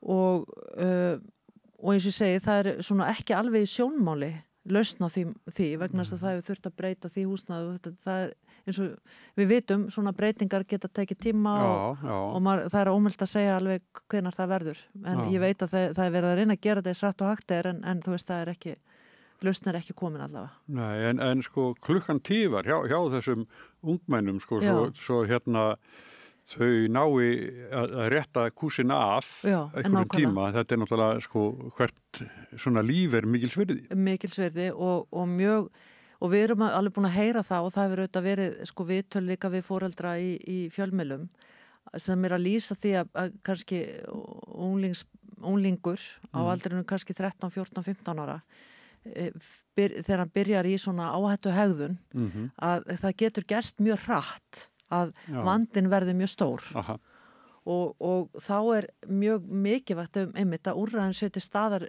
leið og beðir þau eða því sem næst strax og þannig að þetta vindi ekki upp á sig og við erum búin að heyra einmitt nokkur dæmi þar sem sko vandinn hefur vaxið mjög hratt hjá ungum krökkum því þetta eru bara grunnskólanemar og þá verður þetta auðvitað, þú veist, eftir því sem vandinn veikst á þessum tíma þá náttúrulega verður erfiðar og lengri tími sem barnið þarf til að komast á réttan kjöl og þarf markvissa eða sérst lengri meðferð væntanlega og svo framvegis eftir því sem vandinn verður þyngri. Já, og þá eitthvað nám til staðar eða verður það? Það auðvitað, sko, ég meina á Stuðlum, sko, það þurfti náttúrulega loka að mestu þessu meðferðargangi sem þetta var út af neyðarvistunina því út af brunanum sem varð en sko það náttúrulega mjög mikilvægt að í allir þessari meðferð sem börn að fá að þau fái einmitt aðgang og skólagöngu og þau geti haldið áfram námi. Já. Vegna þess að skólinn og námið auðvitað náttúrulega algjörlega lykilatriði þannig að þau geti svona haldið í við einhverju leiti við jafnbrandla sína og geti komist á svona réttan kjöl. Einmitt. En þegar við erum talað þetta þá sko að bara hvernig til þessum Stuðlum það sko einn drengur látist þar. Þetta sko dauðans alvara. Þetta dauðans alvara. Og svo framtíð þessa fólks líka sem einmitt. Já. Það er það. Þetta alveg dauðansalvara og þetta var náttúrulega mjög mikið áfall fyrir okkur sem samfélag að það skildi bara deyja á neðavistunni og og við erum auðvitað, það er mikil auðvitað sorg í kringum það og en að því og líka sko það eitt af því sem kannski við sjáum oft og ég veit að það hefur verið mikil umræðum það líka hjá stjórnvöldum og ráðuneyti og öðrum að okkur vantar oft sko nógu mikil gögn og upplýsingar til þess að geta kannski tekið bestu ákvarðanir og eitt af því sem til dæmis við höfum verið mikið að ræða okkar á milli og svona erum að svona velta fyrir okkur hvernig hægt að taka á. Það einmitt sko að þú segir sko til framtíðar, sko hver framtíð þessara barna og hvernig reiðir þeim af og við þyrftum að gera núna ítarlega rannsókn á því eða úttekt á því hvernig börnum sem til dæmis hafa verið þurft á einhverjum tímapunkti í sínu lífi að vistast á Stuðlum eða á þessum heimilum á vegum ríkisins að hvernig þeim hefur svo reitt af það eru sko Stuðla voru opnaðir hvað var það 97 eða eitthvað slíkt eða rétt fyrir aldamótin og það komið aldrei tími og þetta stór hópur orðin fullorðin og það var mjög mikils virði fyrir okkur líka bara upp á það hvernig þetta því líka að gera betur að vita þá hvernig þeim hefur reitt af. Gísli Guðjónsson, hvað er hann, réttarsálfræðingur? Já, hann þegar vorum að skrifa Breiðuvíkurmálið að þá komust við í skýrslu sem hann hafði skrifað þetta svona fyrsta sem hann gerði reyndar sko. En hún var merkt bara trúnaðarmál. Ég man nú ekki, ég náði þessu skýrslu, ég man bara ekki hvað það var, það skiptir ekki máli.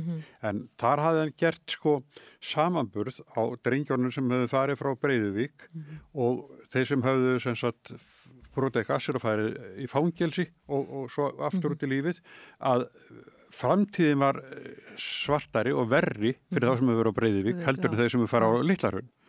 Þannig að það segir sko að til að sko Gunnarsholti það má ekki búa til nýja Breiðuvík þar. Nei, það má ekki eða í þessum úrræðum og það algjörlega og við sko staðrindin er alltaf svo að það eru gerðar skýrslur þessa staði núna með reglubundum hætti umboðsmaður Alþingis gerir svo kallar OPCAT skýrslur og í fyrra þá kom út skýrsla Stuðla og hafði komið þar held ég áður 3 árum fyrr og þau gerðu athugasemdir við ýmislegt þar og það komu líka út skýrslur frá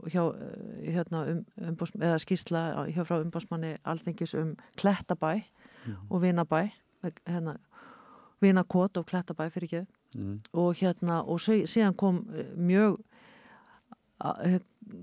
góð, þetta allt mjög góðar úttektir skýrsla notkun á Flatarhrauni og það þannig við erum núna með rauntíma skýrslur hvernig staðan og því miður þá eru bara eins og til dæmis við erum alveg á því að vista barna á Flatarhrauni brot á barnasáttmálanum og það sem umboðsmaður Alþingis bendir á líka að barn getur þarna verið jafnvel 1 vista þarna og þá þetta eins og að vista hann í einangrun og það náttúrulega bara ekki heimilt. Nei. Og það er líka þessi og það er ákveðna ábendingar í öðrum skýrslum sem hafa komið frá umboðsmanni Alþingis til dæmis Klettabæ sem það sem var að benda á hættun á félagslegri einangrun. Þú veist að í einhverjum tilvikum og ég meina þetta eru mjög alvarlegar ábendingar þegar við erum að tala börn og þetta getur náttúrulega haft mikil áhrif á þau og við höfum alveg heyrt að til dæmis varðandi Flatarhraun sem ég komið enn einu og alltaf að því að við höfum alveg heyrt frá foreldrum sem lýsa því að vistun hafi verið barninu mikið áfall og við, þannig ég held að við þurfum að taka þetta til bara við, það er mjög brýnt að taka þessum málum. Já, alveg örugglega, þetta getur eflust skadað viðkvæmasálið. Já, þetta getur skadað. Og jafnvel, hvert sem reyndar.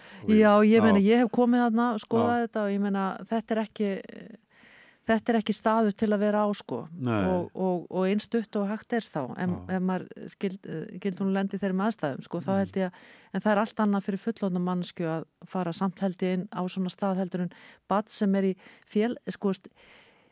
kannski er í vímuefnum og þeir bara alls konar vanda og svo bara lendir þarna inni og það er ekki það er ekki gluggar þarna á klefunum og svo framvegis þannig að Þetta er óþægilegt fyrir samfélagið. Já, þetta er óþægilegt fyrir samfélagið. En svo annað líka, Salvör, hvað vopnaburður fyrir vaxandi á börnum. Já.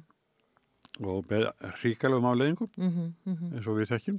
Já. Og þetta er eitthvað svona, í einhverjum kimum, virðist þetta vera svona normið, eða þetta er bara orðið sjálfsagt að vera með vopn. Já, það er það sem maður heyrir að það sé svona orðið, það hefur verið aukist, en ég hef svona, það er mikið talað ofbeldi meðal barna og það eru svona, en maður áttar sig kannski ekki alveg á því hvað þetta er víðtækt og ég held að nú erum við tölum við svona ýmsar stofnanir og fólki og reynum að reyna átt okkur á stöðunni. Já. En maður verður líka að passa sig á því, þú veist, þegar það eru svona fréttir af einhverjum einstökum eða tilteknum málum að og mögulega vaxandi hnífaburður en kannski er þetta ekki svo stór hópur þegar tilkemur. Þannig að við þurfum kannski átt okkur að ekki fara að tala þetta eins og stundum verður í umræðinu eins og þetta sé bara meðal barna og þetta sé vegna þess að ég held að stór hluti barna sé í mjög góðum málum hér á Íslandi og maður, við hittum reglulega alveg ótrúlega flotta krakka við eigum mjög góða þú veist, þannig að ég held að við þurfum líka að passa okkur og við þurfum líka að eiga þetta samtal við börnin sjálf og þau hafa, við erum til dæmis með ráðgjafahóp og þau hafa alveg líka verið með áhyggjur af þessu en við þurfum líka að passa okkur á því að þú veist að íkja ekki vandan ef hann er ekki þú veist, það er kannski tiltölulega þröngur hópur sem þarf að beina athyglina að.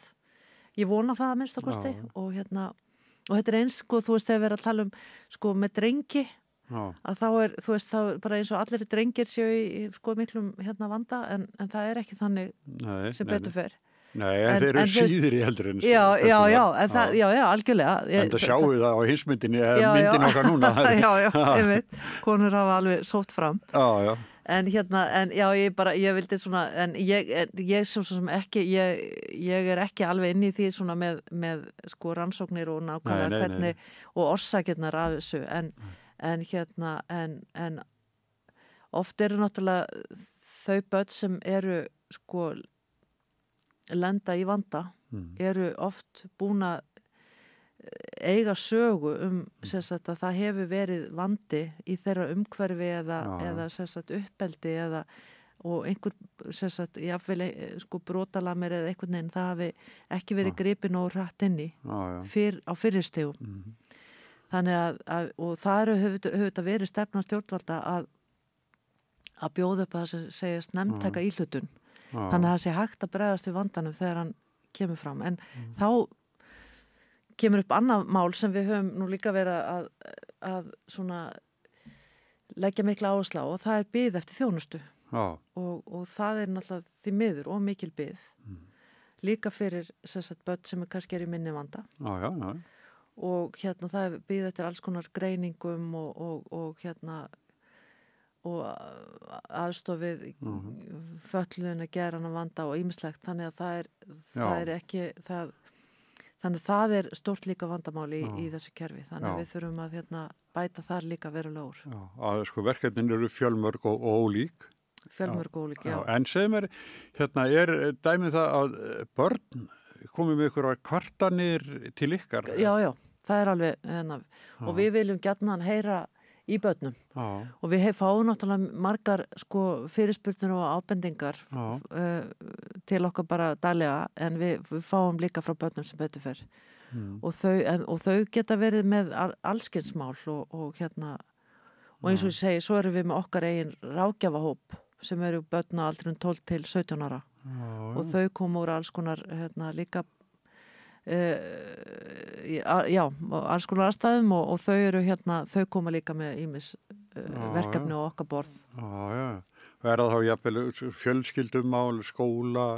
Já, það er auðvitað náttúrulega mikið fjölskyldumál sem eða sem sagt börn hafa alveg held ég bara frá því að embættið hófst sko, það fór göngu sína, það er alltaf verið talsveit þessi umgengnismál og börn hafa verið að velta fyrir sér sko þarf ég að fara eftir því sem foreldrarnir hafa gert samkomulega þú veist og sérstaklega kannski eftir því sem við stálpast þá kannski henta þeim ekki að fara í viku dvöl í eitthvað annars sveitafélag eða hvernig það er sko eða helgar dvöl þannig að þá hafa þau kannski skoðun á því að þau vilji eitthvað annað og þannig að þau leita oft til okkar með það.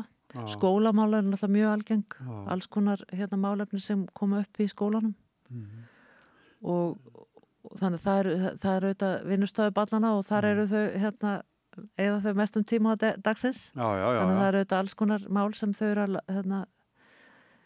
eru að velta fyrir sér varðandi skólan. Klögumál jafnvel?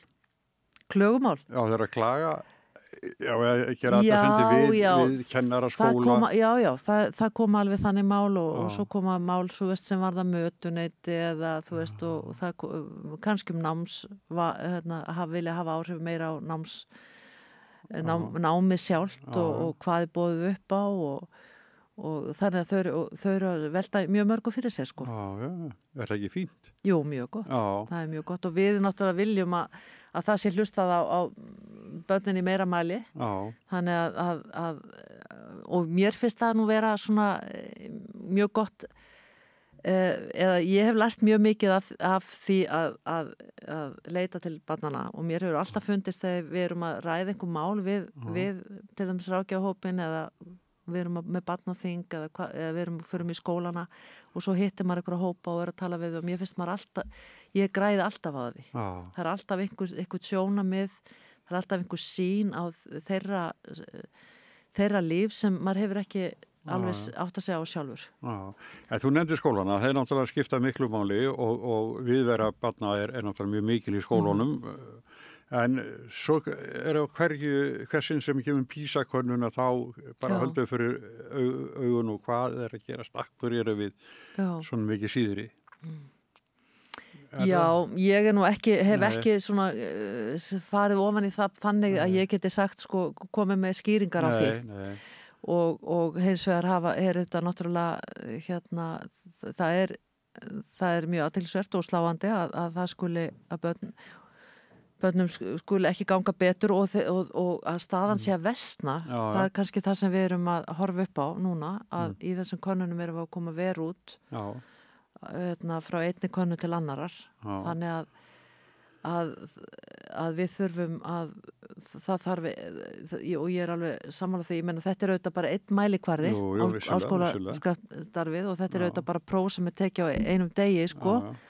Þannig að þetta er ekki allsera mælikvarði á skóla og hvernig krökkum gengur í skólanum en gefur ákveðna mynd sem þarf að taka alveg. En samt líka að íslensku börnum verið líða betur í skólanum heldur mörgum öðrum.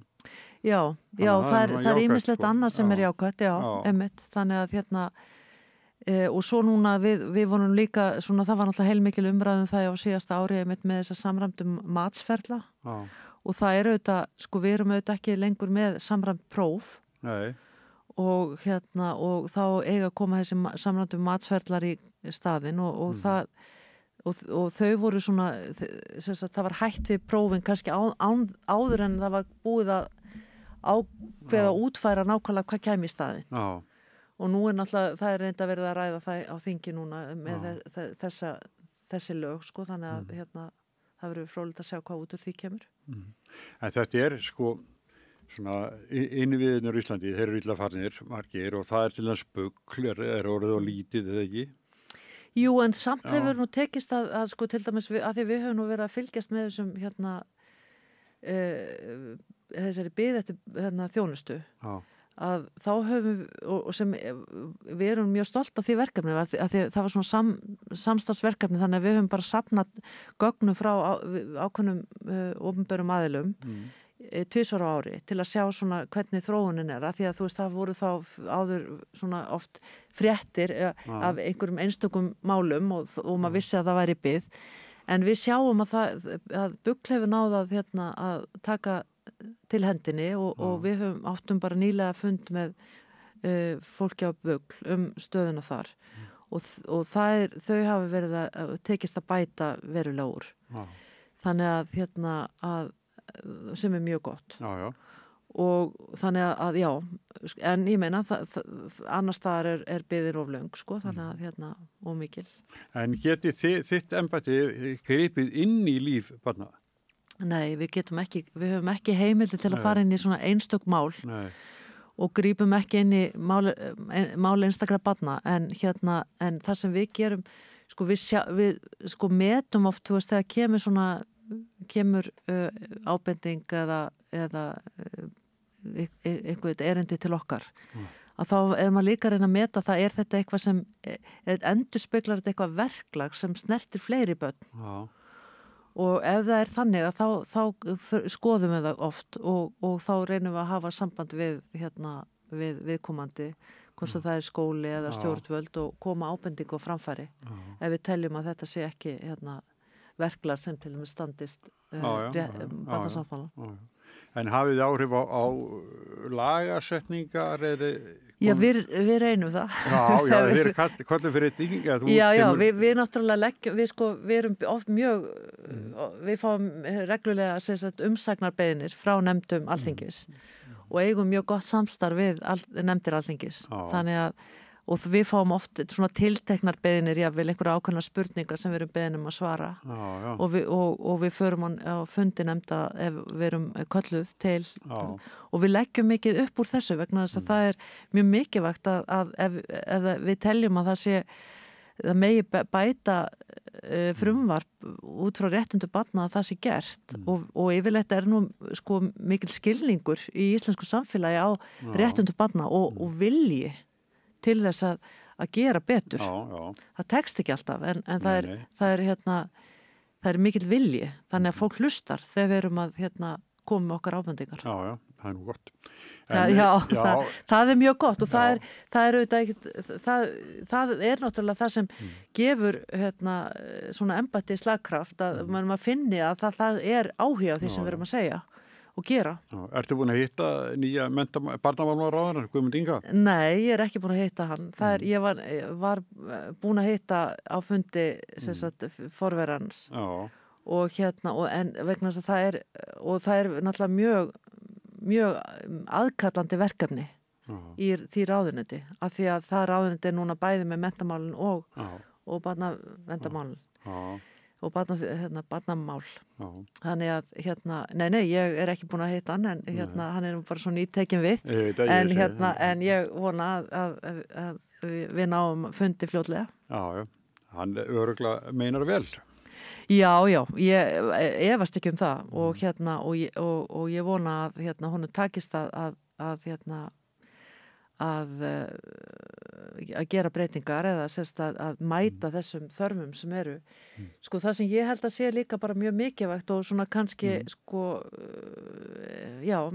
mikilvægt núna þegar við erum með svona horfum fram á þennan vanda til dæmis sem við erum búin að vera að ræða hérna er það að maður líka líti bara raunsætt á meti þetta raunsætt og ég held að sé mjög mikilvægt að það sé ekki gefin út svona loforð sem ekki er hægt að standa við og því miður til dæmis í þessum meðferðarmálum á síðustu mánuðum þá kannski verið oft verið að gefa fólk er að vonast til þess að sé hægt að opna eitthvað eftir 2 vikur eða mánuð eða eitthvað en svo hefur það ekki gengið eftir og það er ekki gott vegna þess að þá kannski, og þá velti maður fyrir sig hvort að það hefði bara ekki verið lagt raunsætt mat á þetta, alveg nógu svona kalt mat, vegna þess að það er líka mikilvægt fyrir fólk sem er í þörf fyrir þjónustunni að það viti á hverju það á von og hvort það geti átt von á til dæmis einhverju úrræði fyrir barnið sitt á næstu 2 vikum eða hvort það verður ekki fyrir eftir 3 eða 6 mánuði.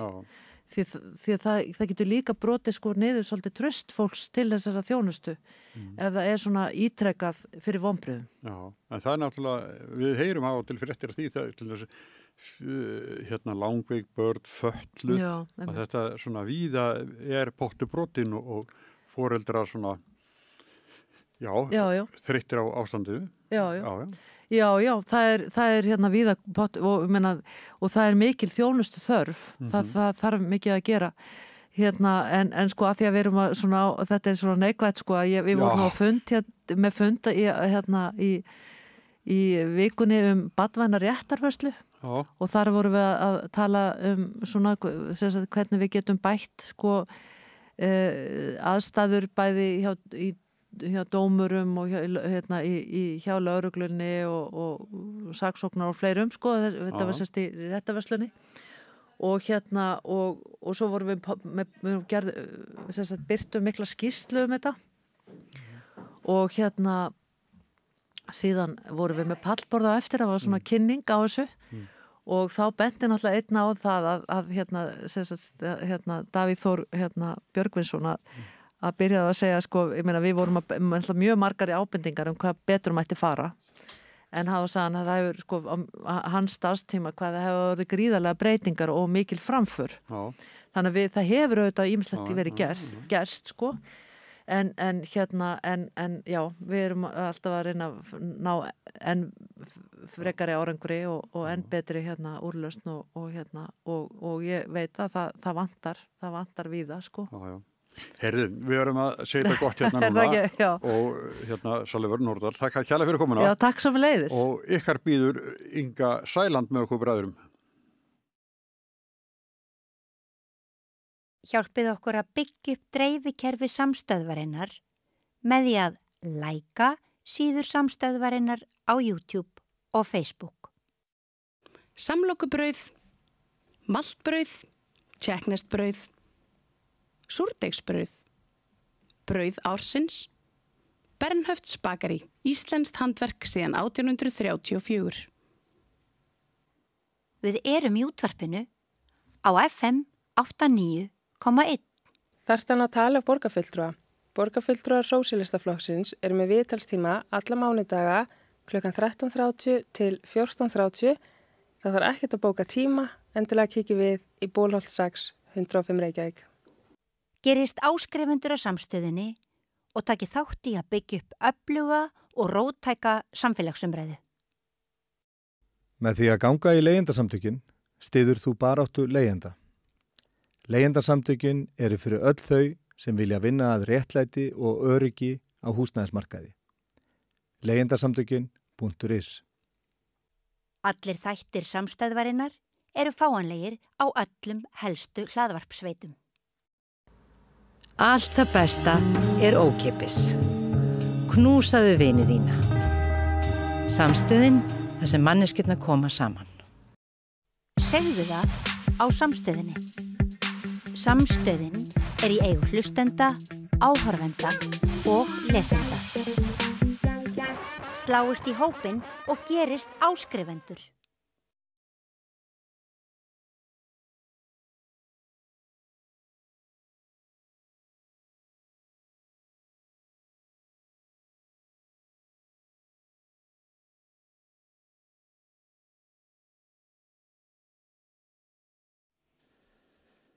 Já, hingað komin Inga Sæland, formaður Flokks fólksins, félags- og húsnæðismálaráðherra. Velkomin. Já, takk fyrir það. Við töldum það saman hérna áðan í þættinum að morgun eru 100 dagar síðan að þið tóku við. Já, það er rétt. Og kautibrauðsdagarnir búnir. 100 frábæri dagar. Já. Það stundir talað kautibrauðsdaga og þá er það talið þannig að fólk hafi svona svigrúm til þess að koma sér fyrir. Þið hafi ekki orðið mikið var við það á Flokki fólksins að það sé svona friður ykkar störf. Jú, við höfum nú ekkert verið að sko agnúast út í það. Það er nú bara svona eins og gengur í samfélaginu. Við höfum í rauninni haft alveg 100% frið til þess að láta verkin okkar tala inn í ráðuneytunum og störfin okkar fara brátt að koma í ljós. Við munum stolt kynna þessi ríkisstjórn í heild sinni. Við munum stolt kynna þessi miklu umbóta verkefni sem við erum að gera fyrir samfélagið okkar. En það sem að vera meina líka sko, því að verið gagnrýnt eða sko Flokkur fólksins við fang harður að frétta í skotskifu Morgunblaðsins. Já, eðlilega, ég skil það bara. En það hlýtur að vera þreytan. Nei, veistu ekki, ég er eiginlega hægt að spá í þetta ef ég sé alveg svo er. Já, en fólk er með því. Já, það þjálfuð okkur svo vel í þessu. Nei, þetta hefur þjappað okkur bara rosalega mikið saman. Sko. Við látum ekki einhverja svona leiðinda púka skemma fyrir okkur. Það bara algjörlega, við erum alveg rosalega samstíga, við erum einn stór þingflokkur, 36 þingmanna, þannig ætlum við að starfa fram að næstu kosningum og vonandi lengur. Þannig að það er engan bilbúi okkur að finna og bara þjöppum saman ef það er mögulegt að þeppa okkur meira saman heldur en okkar traust og vinskapi byggði á þegar við vorum að mynda þessa ríkisstjórn. Þá er það að gerast. Ég held nú kannski það var ekki. Finnst þér ekki að spjótin beinist svona sérstaklega ykkur? Það hefur verið svona kenningar um það af hverju það er. Ein er svo að þessu veikasti hlekkurinn, að þessu svona lausbeislaði flokkur og gæti komið flótti á liðið og þar með var þetta að fella ríkisstjórnina. Hinn kenningin er svo að því að þið eru svolítið öðruvísi fólk, þið eru ekki svona venjulegt valdafólk, þið eru svona líkar því, stundum er þetta kallað venjulegt fólk, ég veit eitthvað hvort að það sé venjulegt fólk sko, frekar eitthvað annað, en á þar leiðandi að þá sé svona stíll ykkar og háttalag sem að fari bara í pirrunar á elítunni. Það getur alveg vel verið og má vel vera. Við náttúrulega vorum mjög sterk í stjórnarandstöðu, við hrópuðum hátt og vörðum okkar fólk með kjafti og klóm og lögðum fram óteljandi þingmannamál til þess að koma til móts við fólki okkar sem að við segjum og hafi þurft að bíða eftir réttlætinu árabil. Við höfum, og það er það ánægilega til dæmis við þetta ríkisstjórnarsamstarf okkar núna, að finna það hversu sterkt almannahagsmunaafl þessi ríkisstjórn er, hvernig í rauninni sér hagsmunirnir eru setti til hliðar algjörlega. Við berjum sem einn maður fyrir almannahag, fyrir landsbyggðina, fyrir fólki okkar. Alveg sama auðvitað reyna þeirra máleita öðruvísi, auðvitað reyna þeirra að komast bæða mikrofóninum og skrifa greinar sem að í rauninni eru ekki á rökum reistar því miður og við bara tökum það á kassan eins og gengur og brosum vegna þess að við vitum það í lokdags, þá er það verkin okkar sem að munu tala og að Flokkur fólksins. Það náttúrulega er í fyrsta skipti sem að við erum flokkur sem fer í ríkisstjórn. Jú, við erum flokkur almannahagsmuna fyrst og fremst og vorum byggð og fættumst eingöngu í kringum þá hugsjón að gera lífið betra fyrir þá sem að hafa staðið hér höllustu fæti og hafa verið að lepja hér dauðan úr skel og ramgerðir í fátakt og annað slíkt og loksins þá erum við komin í rauninni úr því að vera hrópandinn í eyðimörkinni í það raunverulega að sjá fallegu málun okkar raungerast með ríkisstjórn sem tekur heilsuga utanum verkefnið með okkur. Við erum ekki vön að vera ríkisstjórn, þetta í fyrsta skipti, þá að reyna að höggva það sem þeir halda í rauninni að sé engin reynsla, það tala já, þetta algjört reynsluleysi, já, þau fara missa út úr sér eitthvað óheppilegt og alls konar og já, það má vel vera en við áskilum okkur það að fá að þroskast í starfinu og fá að læra okkar mistökum og teljum í rauninni að hvert svona hver svona neikvæðni sem á okkur skellur, hún bara einfallega eflir okkur og styrkir og við erum alveg tilbúin að viðurkenna það ef við erum að fara út af einhverju línu sem almennt ekki talin eðlileg með þá stöðu sem við erum að gegna í dag en við lærum bara af því og höldum bara áfram að styrkjast og það bara ofboðslega fallegt og bjart framundan fyrir okkur öll, ekki bara þessa ríkisstjórn. Það er svona loknum vinnudegi, þú kemur heim og fyrir að hugsa út í ríkisstjórn búin að koma í flokkniðinu þangað, flokk sem hún stofnaði bara einn og svo þetta sprungi út og hlýtur að vera stundu stolt að þessu. Já, einhverja hluta vegna þá hefur mér fundist þetta að vera eðlileg þróun og auðvitað var ég ekki einn þó að ég hafi þanniglega að sé, það er náttúrulega alltaf mjög mikið af fólki sem að kemur að því í lok dags að gera hérna þennan að gera flokkin okkar svona raunverulegan og sterkan eins og hann er í dag en ég tel að sko það hefur verið skortur á því að hafa stjórnmála fólk sem að koma eingöngu inn af hugsjón. Ég veit að röddin mín hefur í rauninni náð til fólksins vegna þess að það veit að ég að meina það sem ég að segja. Ég hér vegna þess að ég að brenna fyrir því að hjálpa fólkin okkar sem ábátt. Ég brenn fyrir því að leysa þau úr þeim viðjum sem ég hef þurft að búa við sjálf árabil með mig og mína fjölskyldu.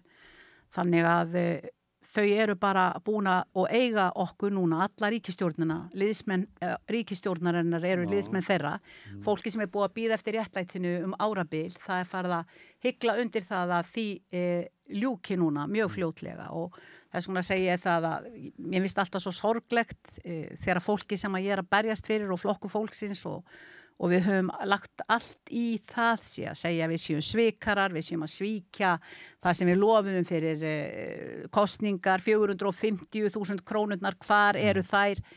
Sko, þær koma fyrir en fólki heldur og þessi mál sem að við tókum allar utanum af hug og hjarta í þessar svokölluðu valkyrjur við stjórnarmyndunarborðið.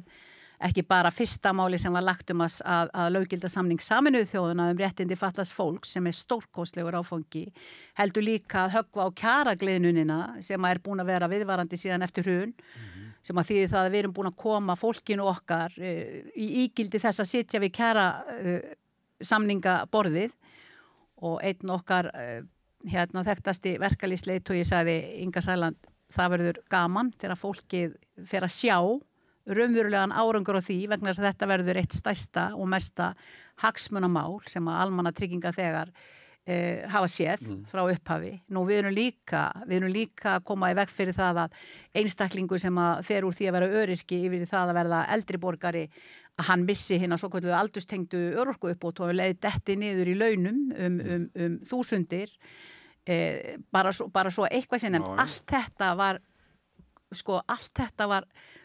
samið með bros og vör. Það þurfti ekki að tala þessi mál sem eru einmitt fyrir almenning að því við erum almannahagsmuna afl þessi ríkisstjórn. En sumt af því sem þú vísa til og jáfnvel margt af því hefur ekki ennþá komið fram. Og þú talar að mikilli svona öryggi það að séu straumkurv í stjórnarstefnunni. Sumilegt það eitthvað sem að þú ert vissum að þú munir ná fram? Nei, það er búið að samþykkja það allt og það er allt núna í frumvarpi. Við erum að skila, núna til dæmis auka ríkisstjórnarfundur núna í fyrramáli. 100 daga fundur? 100 daga fundurinn. Sko það er almenna reglan svo að halda ríkisstjórnarfundi á þriðjudögum og föstudögum. Þetta er aukafundur á morgun vegna þess að það síðasti dagurinn á morgun til þess að klára að koma inn með öll málin inn í þingið án þess að við þurfum að kalla þau inn með afbrigðum. Og hvaða mál færð þú? Eins og ég kom með svo mjög mörg mál, það er bara allt í aksjón, ég er búin að mæla nú þegar fyrir 7 málum sem eru inn í nefnd núna og er að fara í aðra umræðu, þannig að ég hvet bara alla til að fylgjast með því, þetta eru náttúrulega búin að mæla fyrir samningi Þú mátt ekki segja það því að þetta á að vera frétt á morgun, hvaða mál það eru sem að þú kemur með inn í þingið umfram þessi 7? Já, þau eru öll í vinslu að búa að kynna þau bæði fyrir ríkisstjórn og föstudaginn og verður í fyrramáli. Það er bara 2 mál af öllum mínum málum sem að í rauninni verða hugsalega tekin inn með afbrigðum. Allt annað er að fara inn bara núna og við hlökkum bara svo til að fá að sýna það hversu hveitibrauðsdagarnir okkar voru vel nýttir, hversu innilega sátt við erum í okkar, ef við að segja, samlífi og hjónabandi, ef á að fara að tala um það í þeim, í þeim takti að við bara erum innilega sátt og hlökkum bara svo til og enda held ég að allir sé að sjá það raunverulega. Hversu óbúslega sterk og samhent við erum og hvað við erum að gera. Má ég spyrja einu, að því að ég hef sagt það hérna við þetta rauðaborði í samtölum okkar og fleira, að mín tilfinning var svo að Viðreisn hafi verið sterki aðilinn í stjórnar myndunarviðræðinu og fengið hérna mest fram, fengið öll ráðunundir sem að þau gátu óska sér, fjármálaráðundið, utanríkisráðundið, dómsmálaráðundið og öll atvinnuvegaráðundin og sé eiginlega leiðandi í ríkisstjórninni. Þú ert ekki saman á þessu, þú heldur að Flokkur Fólksins er leiðandi í ríkisstjórninni? Nei, ég held bara Flokkur Fólksins hafi bara fengið verulega stóra sneið af kökunni í samningaviðræðunum. Það finn náttúrulega ekki á milli mála að það er Samfylkingin sem leiði þessa ríkisstjórn og það er Kristrún Frostadóttir sem er hérna miðjan okkar í þessari ríkisstjórn. Það fer ekki á milli mála. En VG hafði forsætisráðuneytið síðast og fekk ekkert í gegn? Það var undir öðrum formerkjum. Það var í vinnu með sérhagsmuna aflinu Sjálfstæðisflokki og hinum þarna og litla bróður Framsóknarflokki. Þannig að það er gjör ólíkt landslag. Það er ekki eins og þetta líka þessu saman. Ég hefði ekki tekið þátt í svoleiðis ríkisstjórn, hvort heldur sem er. En þegar við að tala að Viðreisn hafi fengið öll þessi ráðuneyti og allt annað slíkt, ég hefði alveg getað farið fram á það að fá 4 ráðuneyti. Að hverju skildi ég hafa gert það? Við erum ekkert í Flokki Fólksins endilega ráðuneytana vegna. Hins vegar var búið til og er mjög stórt ráðuneyti sem að ég er með í fanginu núna, félagsmála, vinnumarkas, öldrunamála og húsnæðismála og skipulags. Þannig að hefði ég geta orðið dómsmálaráðherra? Já, ég hefði geta farið fram á það. Ég hefði geta líka farið fram á að vera utanríkismálaráðherra og allt þetta. Ég bara, takk fyrir. Ég vil vera þarna vegna þess að ég er að búa til stjórnmálaflokk á sínum tíma til þess að taka utan þá málaflokka sem ég er akkurat með í fanginu, akkurat í dag. Þannig að ég gæti ekki verið sáttari og á betri stað. Og Ásthildur Lóa, yndislega Ásta sem að var komið með börnin okkar og allt það í fangi sem var alveg bara dásamlegt og svo náttúrulega Eyjólfur Ármannsson sem brennur gjössalega fyrir því að laga hér vegakerfið og sinna þeim mál. Sérstaklega í Norðvesturkjördæmi. Já, nú er hann orðið. Það eru það verst. Nú er hann, já það er reyndar þannig en jú það eru líka á fleiri stöðum svo sem hægt að finna mjög slæma stöðu. Já, það er svo víða í þessu kjördæmi. En núna kjördæmi. er hann algjörlega búin að átta sig á því að hann er sem sagt ráðherra alls landsins sko. Það er bara landið og miðin undir honum núna þannig að það er búið að útvíkast ansi mikið frá því að vera þingmaður eins ráðuneytis, kjördæmis í það að vera orðin ráðherra með allt, öll kjördæmin undir. Þannig að hann til dæmis var þess valdandi að nú erum við búin að með sinni elju og atorku og fylgin sér að það er búið að höggva þau 3 sem þurft að höggva til þess að opna flugbrautina og bæði fyrst fyrir sjúkraflugin og núna bara almennt. Bara kveikja á öllum ljósum og eins og við segjum og það eru allir sammála það, jafnvel þeir sem að vilja færa flugvöllin eitthvað annað, það eru allir sammála það og meðan við erum ekki með neitt annan stað þá verðum við að halda flugörygginni hérna. Það fer ekkert á milli mála þannig að það er ekkert svona alveg á morgun eða á næstunni sem að ég sé að verði einhver breyting þar á þannig að já, það er bara við erum mjög stolt af þeim verkum sem við erum að fá tækifæri til að vinna og við erum engin veikur hlekkur eða eftirgefanleg að einu leiti eða réttara sagt auðvitað erum við eftirgefanlega en ekki það að við höfum verið að gefa eftir alla hluti bara til þess að fá að fara í ríkisstjórn, það ekki þannig þó að sé verið að mála þá mynd alltaf reynd og ég hef bara gaman að þessum fabuleringum þegar verið að gera það vegna þess að Þú getur verið svona grimm ákveðin, þú Karl Gauti og Ólafur Ísleifsson, þú rakst á úr flokknum og svo Jakob Frímann og Tommi. Vildi sofa á því. Það var nú ég sem vildi sofa á því aðeins hvort við ættum ekki að skoða til dæmis það svona þó það væri ekki nema yfir nótt sko og taka ákvörðun á morgun eins og kom fram á þessum 20 manna fundi sem var haldinn þarna í sambandi við Klaustur hryllingsmálið. En það var bara lami í borði þar sko. Hér algjörlega óafsakaleg hegðun og unnið gegn öllum okkar markmiðum og þessir einstaklingar eiga hér ekkert erindi lengur þannig að Það sem samþýtt á fundi hjá ykkur. Algjörlega. Já, en svo það Jakob og Tommi. Já, þeir eru bara báðir þarna, voru báðir í okkar flokki þó þeir væri ekki að leiða sín kjördæmi. Það á engin kjördæmi þegar kemur að kosningum. Áttu ekki kjördæmin og deiliðu nú? Það liggur nú algjörlega, ég hef nú ekki það kannski áttu bara öll saman eða, ég veit ekki. Nei, það ekki þannig. En það aldrei svo. Og í þessu tilviki þá var talið betra fyrir okkur að þessi tveir herramenn sem voru yndislegir með okkur í flokki fólksins að þeir myndu ekki leiða sín kjördæmi þannig að En að því umræðinu komin svona svolítið og þú kannast við kenningarnar það að flokku fólksins Inga Sæland. Serð þú fyrir þér flokk fólksins án Ingu Sæland? Já, ég geri það. Ég fer að gera það betur og betur eftir að við skjótum betur rótum og fáum að sína verkin sem við erum að vinna því að það eru allir að vinna. Við erum 10 þingmenn núna og það alveg rosalega mikil vinnugleði og atorka í fólkinu okkar og við sjáum það að valinn maður í hverju rúmi. Það fer ekkert á milli mála þannig að það kemur alltaf maður í mann stað. Ég náttúrulega verði ekki þarna eilífu, það liggur algjörlega fyrir. En ég mun þrauka eitthvað, ég mun allavega að þrauka fram en það ég alveg hlaðin á okkur. Þú ert með mjög stórt ráðuneyti, það dugðu alla fingurnir það sem var að tala stórmálin sem við með á þinni konu sem eru öldrunarmál, öryrkjar, vinnumarkaðurinn, húsnæðismál.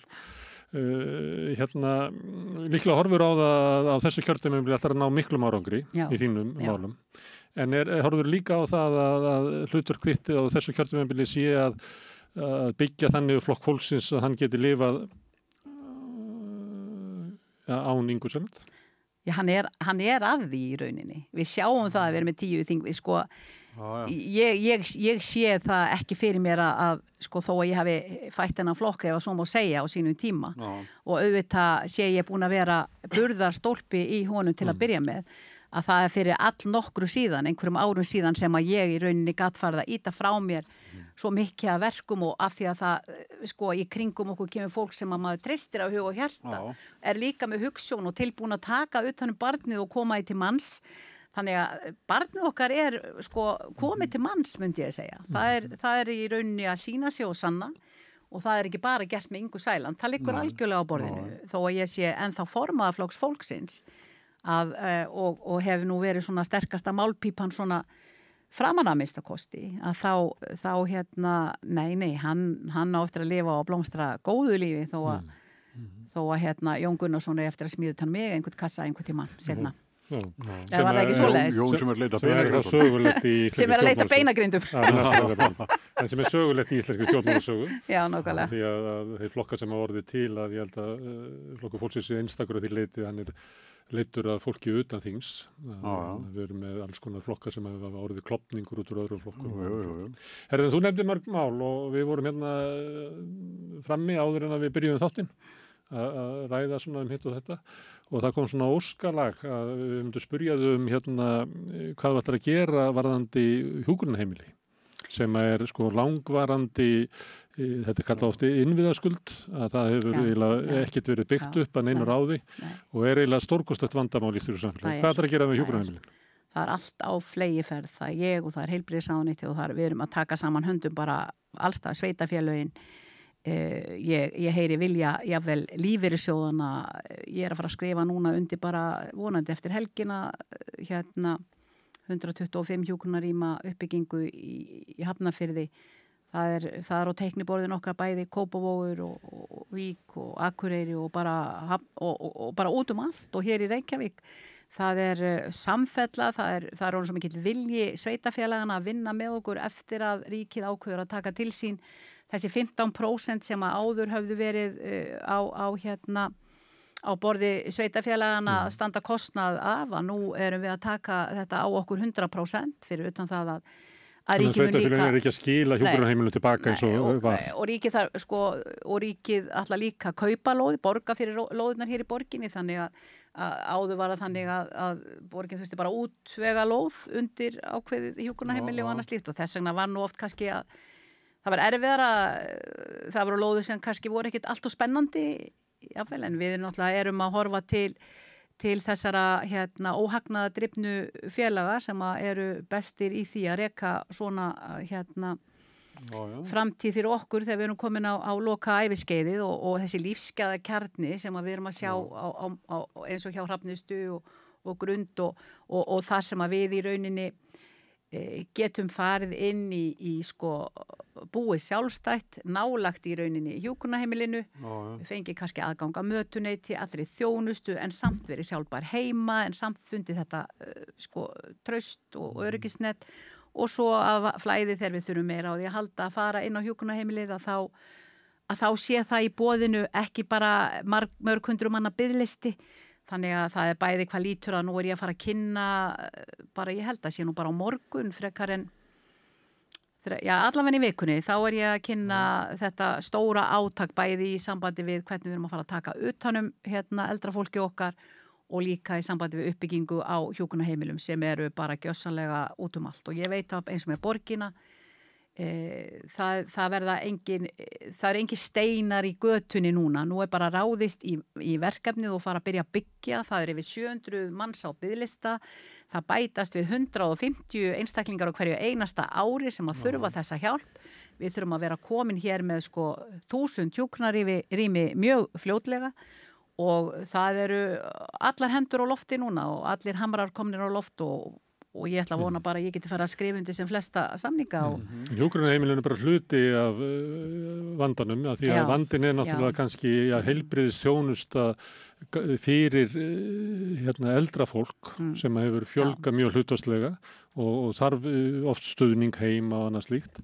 Það hefur oft verið bent á að lausni sig ekki bara að byggja vegg, heldur þurfi raunverulega að endurskoða íslenska heilbrigðisþjónustu með tilliti til þess hverjir það eru sem helst þurfa á henni að halda, sem eru aldraðir og þeim fjölgar mjög hratt. Þeim fjölgar mjög hratt og það sem gerist náttúrulega strax og verður algjöru forgangi, það er að reyna að losa þessa stíplu sem er inn á Landspítala Háskólasjúkrahús, þar sem kannski hátt í 100 eldri borgarar sem eru þar í þessu svokallaða útskriftarvanda. Ég mun aldrei kunna við þetta fráflæðisvanda hugtak þannig að þarna þessi útskriftarvandi að því þau eigi ekki nein hús að venda og bara, ekkert bara ef okkur auðvitað svo gifta að geta sem fyrst losað þá stíplu, þá sjáum við keðjuverkandi jákvæðu áhrifin út í alla heilbrigðisþjónustuna inn á Landspítala Háskólasjúkrahúsi þar sem við losum 20 legurýma og léttum mjög mikið á álæginu þar inni þannig að það er mjög mikil hagsmunir sem eru hér undir fyrir okkur öll. Nú þegar við lítum á það að við höfum nú kallað gjarnan eftir því að láta aldraða vera sem lengst heima og styðja við þau sem lengst heima og svona, það er mikil skortur á því að við séum að mæta þeirra þörfum þar eins og þú væntanlega ert að vísa til að jafnvel fólk með heilabilun er mjög mikið eitt heima og það sem að þó sé kíkt til þeirra í klukkutíma á dag, hvað verður þá þau hina 23 tímana og ég man sérstaklega eftir því þegar ég var í kosningabaráttunni og við vorum í kosningabaráttunni núna í nóvember og frá því meðan október þá ég fór og heimsótti einmitt svona dagþjálfunar, við erum alltaf inn að finna eitthvað flott hugtak yfir hvað er dagdvöl, dagvistun, dagþjálfun þetta þegar eldra fólk sem býr eitt heima getur komið á daginn og fengið mat og hitt aðra og svona verða að vinna í höndunum og bara njóta félagslegs svona stuðnings að þá kemur í ljós ég heimsótti Múlabæ sem er algjörlega frábært og þar kemur í ljós að þar eru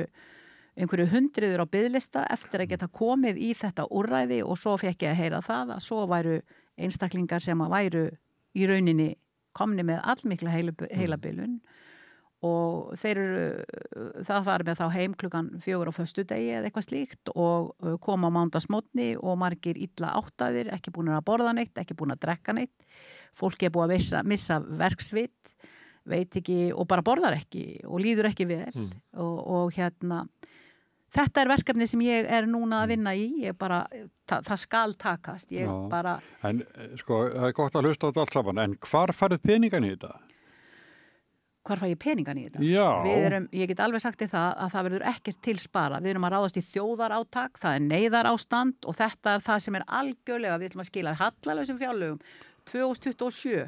Við erum öll á, sko, ég til dæmis, það voru vinnustofur í mínu ráðuneyti sem að báru yfirskriftina viltu finna milljarð og þar voru komnar sparnaðartillögur upp á ríflega 12 milljarða sem eru strax komið í ljós vegna þess að það í rauninni bruðl í kerfinu vísvegar.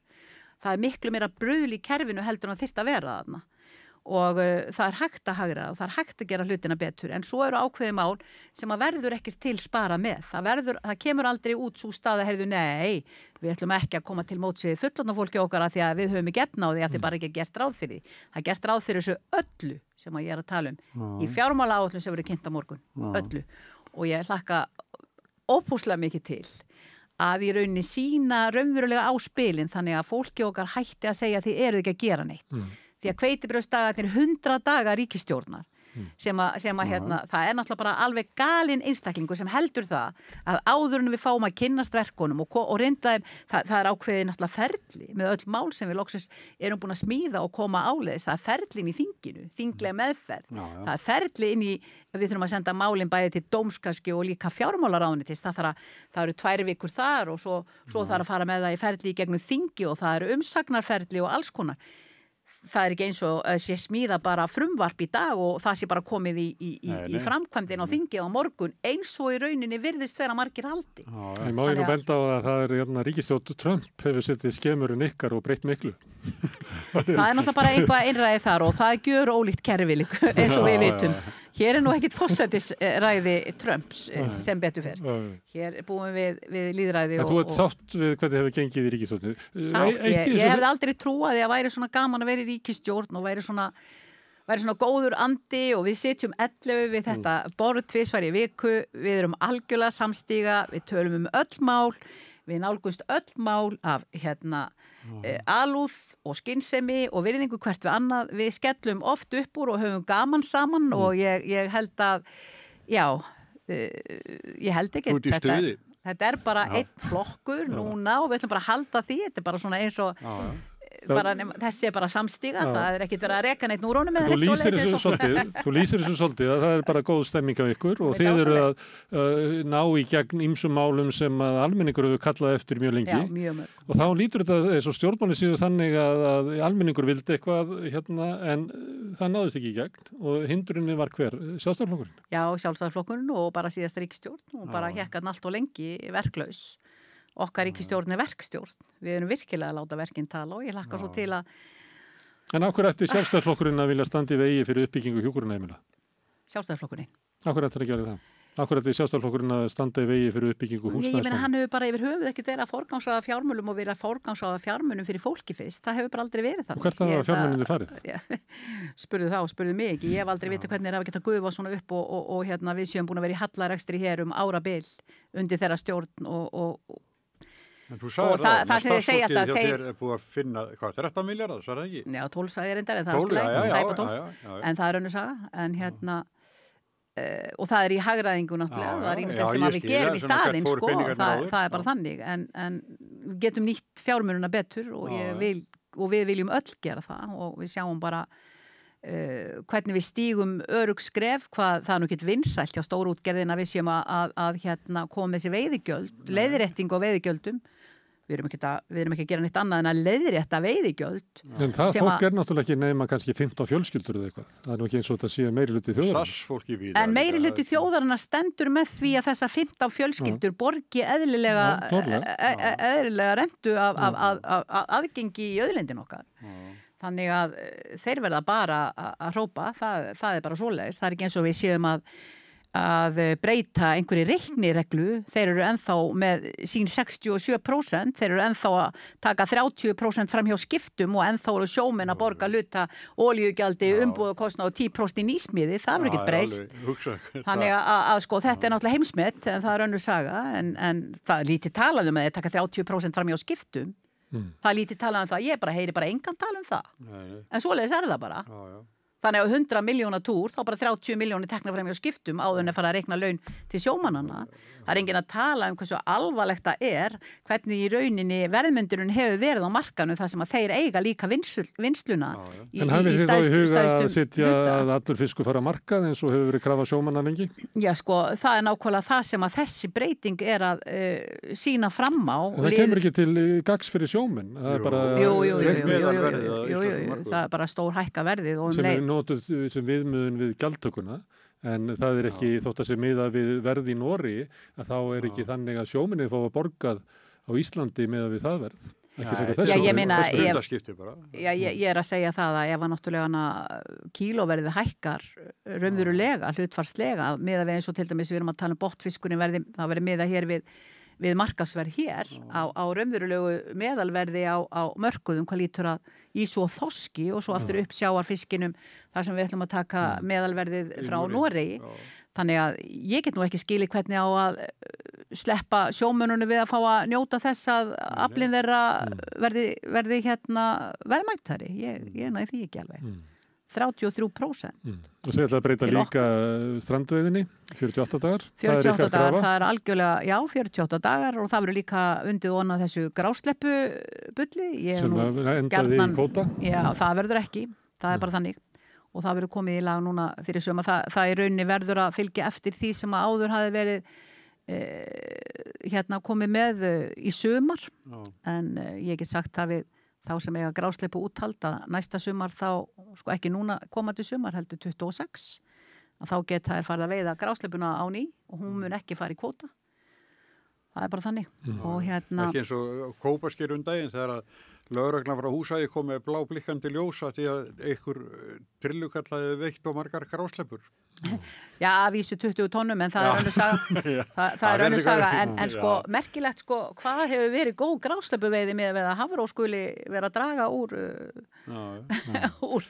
heimildum til hennar hvað, 30%? Inga, þú ert með húsnæðismál sem að eru líklega sem myndu segja bara eitt mikilvægsta mál á Íslandi sem að hefur grafið undan lífskjörum lágtekjufólks, bæði þú þekkir það í könnunum hjá öryrkjum og kjörum öryrkja og fátækari eftirlaunafólki en líka láglaunafólki að það eiginlega leigumarkaðurinn sem að dregur fólk niður í fátækt.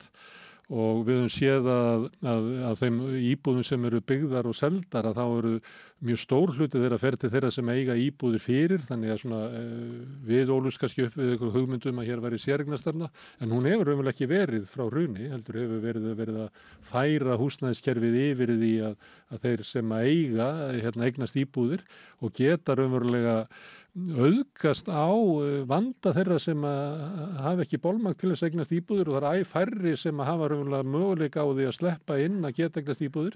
Þetta er gríðarlegt vandamál á Íslandi og leiðir til þess að kannski launakröfur hljóta verða hærri og hærri vegna þess að framfærslubyrðin verður alltaf meiri og meiri. Hvernig ætlar að leysa þetta? Sko það er náttúrulega stórkostlegt það sem hefur verið að gerast núna. Ragnar Þór Ingólfsson, hann leiðir hér átakshóp í uppbyggingu einmitt á félagslegu húsnæði og bara húsnæðismarkaðnum. Hann náttúrulega eins og veist það er þessi félög Blær og Bjarg sem að einmitt hefur verið óhagnaða drifið og komið með mun ódýrari leigu inn á markað fyrir þá sem að betur þurfa sko virkilega nauðsynlega þurfa á að halda.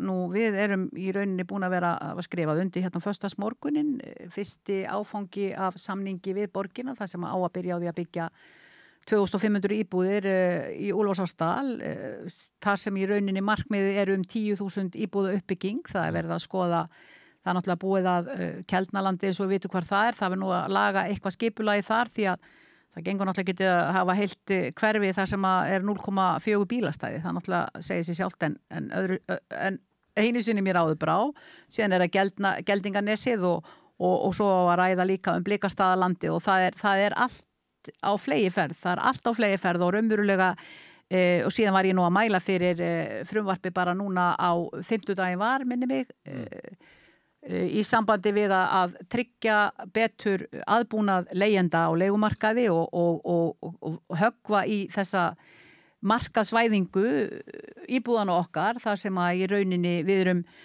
erum grjóthörði því að fjárfestar verða að fara að líta í aðra átt heldur og náttúrulega fara að fjárfesta í steinsteipu og leigja og græða endalaust á íbúðum og stilla í rauninni fjölskyldunum upp fyrir vegg sem að þurfa þak yfir höfuði og eru í rauninni hneft í þessa gildru að þurfa. Hvernig ætlar að stoppa það?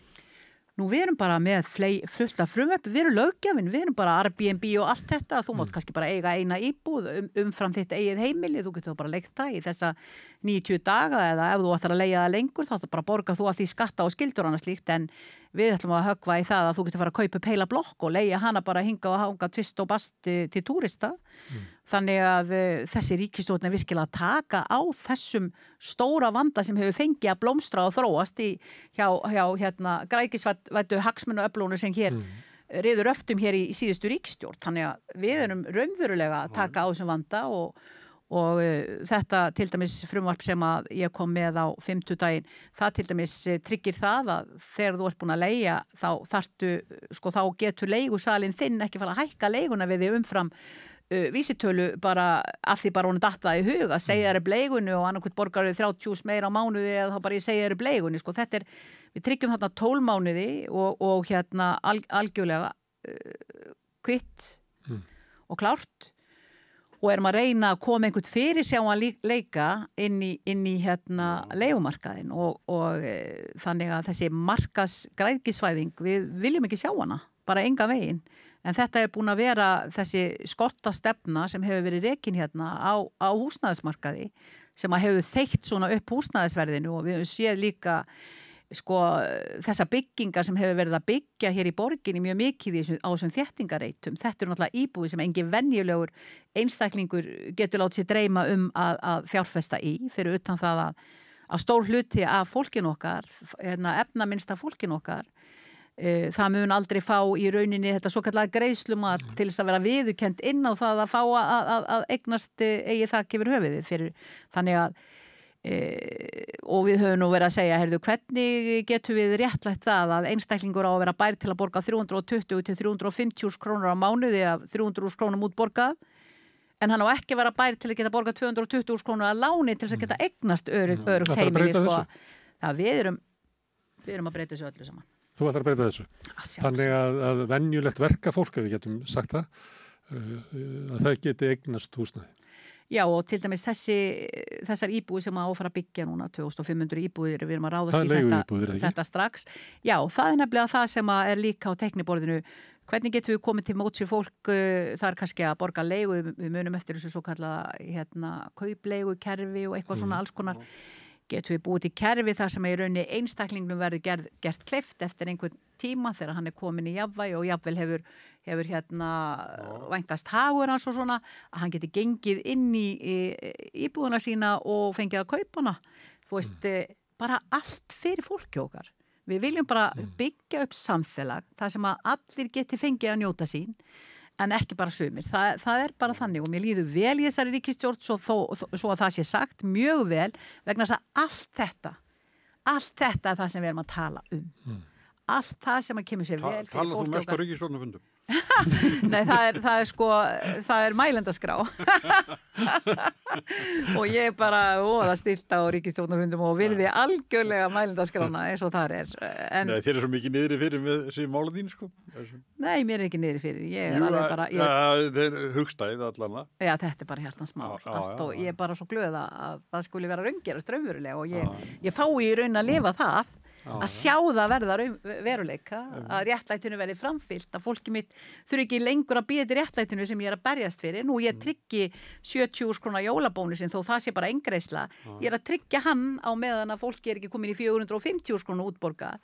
Nú það er að koma nýtt örorkulífeyriskerfi í 1. september þar sem að 95% af fólkinu okkar mun fá 20.000 meira útborgað heldur en það gerði áður en að þetta kerfi kom til kastanna. Þannig að það ekki kerfið sem að Guðmundur Ingi var með þetta kerfi á samt... Valki Guðmundur Ingi, þú átt líka annar Guðmundur Ingi sem ekki að þingi. Guðbrandsson, hann kom þessu á eða ekki? Hann kom þessu náttúrulega ekki á en hann var að vinna að þessu inn í ráðuneytinu ásamt náttúrulega og tók við því þá frá öðrum. Þetta búið að vera lengi í pípunum. Hefur þú breytt þessu? Ég er náttúrulega sett mín fingraför á það, ég með aðeins öðruvísi sín. Ég nú sá ráðherra væntanlega og núna Guðmundur Ingi Kristinsson sem orðinn nýr mennta- og barnamálaráðherra sem að raunverulega höfum þurft að lifa á þessu kerfi, sem þekkjum þetta kerfi út og inn. Þannig að það er gott að geta komið að því áður en það verður að lögum. Ég til dæmis hafði miklar áhyggjur af þessu svo kallega starfsgetumati inn í þessari löggjöf. Hvað á að gera við fólki okkar sem samtök öryrkja hafa mikið gagnrýnt alla tíð. Já, ég bara sagði strax og ég kom inn þarna í janúar að það er að taka þetta út úr löggjöfinni, annars myndi ég ekki samþykkjana. Ég sagði ég vil að kaupmátturinn fá að koma inn og hækkunin og framfærslunni, en þið eru ekki búin að tryggja störf, þessa starfsgetu, þessi hlutastörf, þið eru ekki búin að tryggja það. Og það var voða mikið bjartsýnum og það væri allt í lagi og ég sagði bara nú bara gerist það, annarkvort verður hér spretthópur sem tryggir þessi störf eða þetta verður tekið út úr frumvarpinu. Nú, þetta verður vonandi allt inn í frumvarpinu því það er alltaf fleiri ferð að tryggja þessi hlutastörf. Draumurinn er að bæði ríki og sveitarfélög og svona opinberar stofnanir komi að því að taka utanum fatlað fólk, þennan mannauð sem að býr í okkur öllum. Við erum ólíka eins og við erum mörg, en öll höfum við eitthvað til brunns að bera sem að er bara frábært ef að yrði virkjað eins og við sjáum. Það eru margar stofnanir nú þegar sem eru með fatlað fólk sem er með einhverja skerta starfsgetu í vinnu hjá sér. Reyna að finna fyrir þau eitthvað sem þeim líður vel með að starfa við. Þannig að ég segi það býr í okkur mannauður okkur öllum. Ég vil virkja allt. Ég held vanvirkni er það versta sem getur komið fyrir okkur. Þunglindi, einmannaleiki, lokaður einn heima. Bara burt með vanvirkni, hjálpum öllum til að hjálpa sér sjálfur og félagsleg einangrun er það versta af öllu vondu og ég er að hrinda núna af stokkunum einmitt stóru verkefni sem lítur að því að koma í veg fyrir félagslega einangrun eldra fólks til dæmis og mun kynna það núna í vikunni. Það er eitt í þessu samtali að þú ert alltaf að segja að ég muni kynna þetta í vikunni, ég er spretttóp og ég er með átagshóp. Já, harðahlaupum. En við hefum hlustað á ráðherra árum saman, til dæmis húsnæðisráðherrann sem var undan þér Sigurður Ingi, hann var alltaf með einhverja glærusýningar og svona, ég held að þessar glærusýningar hafi ekki byggt eina einustu íbúð sko. Já, ég er ekki með eina glærusýningar og þetta er bara alltaf gerast á morgun og hinn. Þið þurfum ekki að vera að bíða allt kjörtímabil, það er bara að gerast í vikunni. En ef ég er bara venjulegur maður út í bæ, á hverju ætti ég að trúa Ingu Sæland að spretthóparnir og átagshóparnir og þetta skil einhverju, þegar við erum búin að vera að hlusta á ráðherra að vera með sama orðfærið. Já, aldrei Ingu, þú eru aldrei hlusta á ráðherran Ingu áður. Nei, þú eru bara hver er munurinn á okkur er sá að ég er að láta verkin tala raunverulega, ég er raunverulegri verkstjórn, láta verkin tala, það er alltaf gerast, bjartsýn og bros, hugsjónin að leiðarljósi, ég væri ekki hér ef ég væri bara eitthvað innantómt blaður. Ég er ekki innantómt blaður, ég er að meina það sem ég er að segja, ég segi það sem ég meina og ég hlakka til að venjulega fólki út í bæ sjá bara, vá, hvað þau eru frábær. Ok, má ég að spyrja, hvenær myndu efna það að fólk fái 450.000 krónur á mánuði skatta og skerðingalust? Það sem er að gerast núna, sem er stærst og eins og ég sagði hérna í byrjun og ég var ekki búin að átta mig á því sjálf, hvað í rauninni það er stórt að setja fólki svona með ígildi þess að komast að kjaraborðinu. Að hvort sem það verður skatta og skerðingalust 450.000, þá verður það allavega 450.000 vegna þess að þá er það kannski fyrir skatta 560.000 eða 580.000 eða þetta er bara að gerast á fullu með því að koma með ígildi þess að sitja við kjaraborðið, bussir frá því sem að nýja almannatryggingakerfið með komaðum upp í hátt í 400.000 útborgað, að þá er svo rosalega lítill munur upp í 450.000 útborgað að það bara, ég sé það fyrir mig bara svona, eftir svona 2-3 ár Ég held við þurfum ekki að bíða lengur. Ég ætla að bóka þig hérna eftir 2,5 ára. Ætlar ekki að lofa mér að koma fyrir það? Jú, koma áður. Ætlar bara að halda mig fyrir utan settið í 2,5 ári? Þá munum við ræða sérstaklega. Sko, það er hérna, þetta skiptir náttúrulega öllu máli hvernig launavísitalan Núna vitum við það að ég held að hafi verið frá janúari fyrra til desember, þá var hún 9,1%, hún er 5, frá 1. júní til februar held ég hún hafi verið 5,3 frekar en 7, ég er nú aldrei með neitt blað eins og gengur en svona, ég reyni að setja mig inn í hlutina sem þýðir það eins og ég bara get alveg sagt það, eins og Vilhjálmur Birgisson sagði við mig að við værum ekki alveg að gera okkur grein fyrir hversu mikil kjarabót það væri og þeir sem að fengja að njóta, þeir myndu sjá það mjög fljótlega á næsta ári, þetta tekur allt gildi fyrsta, fjárlögin sem við erum að vinna eftir núna frá sálugu ríkisstjórninni og samanber salan á Íslandsbanka sem að ég var að svíka svo rosalega mikið og Guðrún Hafsteinsdóttir kom í óundibúnar daginn og sagði já, hæstvirtur ráðherra, þú talaði nú hátt það að hér væri verið að höggva höfuð að gullgæsin og setja hann á grillið og hvað hefur breyst? Ég segi ennþá að við erum að höggva höfuð að gullgæsin og setja hann á grillið en það hefur eitt breyst og það er það, ég er komin í ríkisstjórn í dag og við sitjum uppi með fjárlög og ákvarðanir fyrir ríkisstjórnar. Það er ekki hægt að stokka allt upp, við fengum ýmislegt í arf, sumt er bara ágætt sem við höldum áfram að fylgja eftir og setja okkar fingra fyrir á og hikum ekki við að koma með þau góðu mál sem að voru í pípunum og fengi aldrei að ná að fram að ganga því að þau voru alltaf í slag eins og við vitum að nefnbyrðis. En þannig að, já, hvað var þetta nú aftur með ESB-aðildina? Ég meina, þá kom önnur. Hvað með ESB? Við bara erum alfarið á móti því að gangi ESB, það er bara þannig. Við bara erum algjörlega á móti því, en við treystum þjóðinni til þess að greiða það atkvæði, hvort að við eigum yfir höfuð að taka upp þessa aðelda viðræður eða ekki. Eigum við að vera einhverjir stórbokkar sem ákveðum það, hvort að heilt samfélag geri hitt eða þetta? Nei. Ég er ekki alveg svo mikill einræðisherra eins og að vera að gefa í skinn, bara ég treysti þjóðinni minni 100% til þess að greiða atkvæði eins og hún vil sjá hlutina gerast. Þannig að, þú veist, það er svo skrítið hvernig vera að reyna að búa til eitthvað úr engu. Þannig að eðlilegt að stjórnmálafólk sé rukkað fyrri afstöðu eins og þú varst á mótið í að selja bankana, nú ertu með í ríkisstjórn sem ætlar að selja banka. Já, ég meina, ég er ennþá á mótið því. Og það er algjörlega, ég var alveg grjótörð á því að við komum ekki nálagt Landsbankanum, ekki nálægt honum, en ég er að segja, það var búið að selja meiri hlutan í Íslandsbanka. Þið fellið ekki mál sölun og Íslandsbanka? Nei, að sjálfsögðu ekki. Það er búið að selja meiri hlutan. Það er búið að gera ráð fyrir fjármagninu, þessu einskiptis fjármagni í fjárlögunum sem við fengum í fangi. Það er búið að gera ráð fyrir þessum peningum. Við getum ekki, ef við ætlum að bremsa á það, þá setjum við uppi með meira heldur en þetta ömulega gat sem við tókum við, þennan hallarekstur sem við tókum við frá fráfarandi ríkisstjórn, sem að kom okkur í rauninni svolítið mikið og óvart. Það var meiri heldur en þeir höfðu gefið í skinn. En það er önnur saga, við erum að vinna mjög vel og við erum búin að loka þessu gati á bara ótrúlega skömmum tíma myndi ég segja, 2027.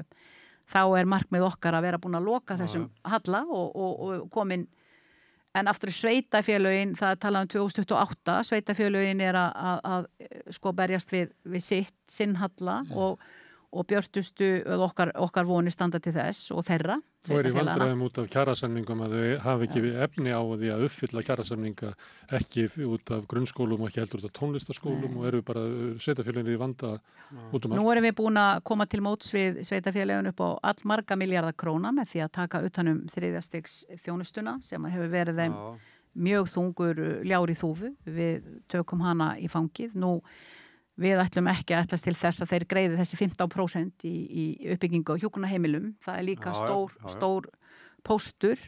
Við finnum í rauninni hlýjuna og velvildina sem við erum að fá frá sambandi íslenskra sveitafélaga og við gerum okkur grein fyrir því að þau hafa ekkert haft það gott með fyrri ríkisstjórnum sem hafa í rauninni endalaust sett á þau verkefni vitandi það að mörg þeirra stóðu höllum fæti og gátt ekki staðið undir þeim kröfum og skildum sem að ríkisvaldið hrúaði á þau. Þannig að við finnum bara það er svo mikill velvilji að vinna vel fyrir samfélagið í heild sinni núna að ég get ekki gert annað en verið bjartsýn og brosandi og sagt við þig hérna Gunnar Smári þennan almenning sem að spyr bara eins og álfur út úr hól eins og segir sem að get ekki sagt annað að bara gefa okkur tækifæri að sýna að verkin okkar síðan fara að tala og Þú boðar það bara komið vor á Íslandi? Já, vor í lofti og vindur hlýr eins og það stendur en ég hef ágjör að elsku litlu lóunni hvað er hún að koma hérna aðeins og snemma Já, hún hefur rullað þér í minni litla greið, þegar að fór að snjóa á þann þá og ég var heim og segja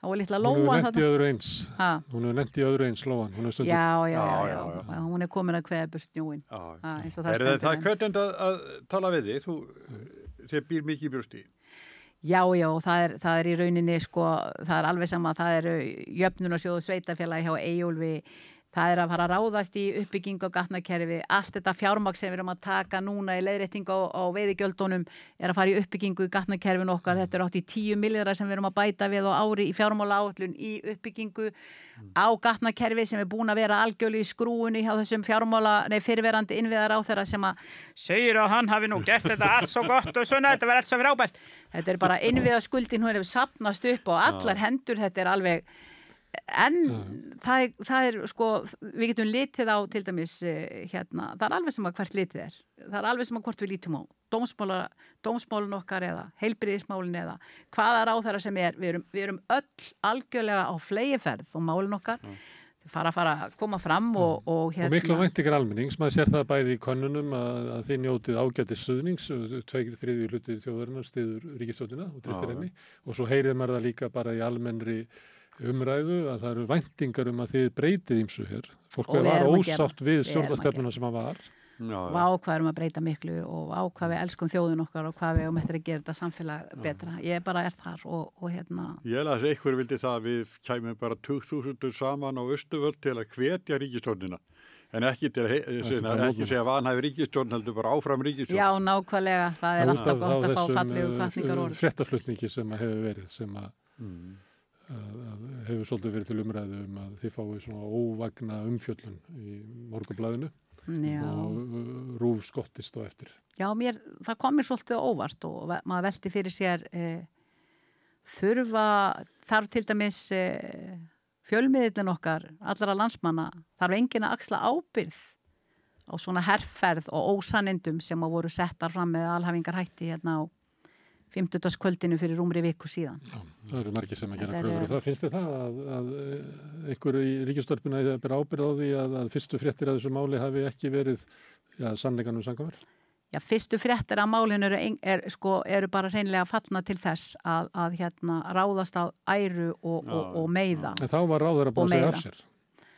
Og hún gerir það náttúrulega ekki fyrir en að hún veit það að það fyrst var talið að þessi frétt að koma klukkan 7 en það kom strax í speglinu klukkan 6 og það er hún sem segir skiluru ég ætla ekki að verða þess valdandi að öll þau góðu mál sem ég er að vinna að falli í skuggan og öll málin sem við erum að koma með fram fallegu málin okkar falli í skuggan fyrir einhverjum óhróðri mig þannig að við fáum hvergi nokkurs staðar pláss út af því að fjölmiðlar munu keppast það að koma með óhróður mig og það bara, ég finnst það bara svo hetjulegt. Hefur heyrt í henni? Já, við tölumst, ég heyrði í henni síðast, ég hringdi í henni í gær og svona, hún er bara áfram veginn. En hér var hún verður alveg, hún er grjótur, hún kemur aftur. Í umræðinni hérna var talað að hún hefði sagt af sér vegna þess að hún hefði brugðist við með því að banka upp á hjá fyrirverandi tengdamömmu.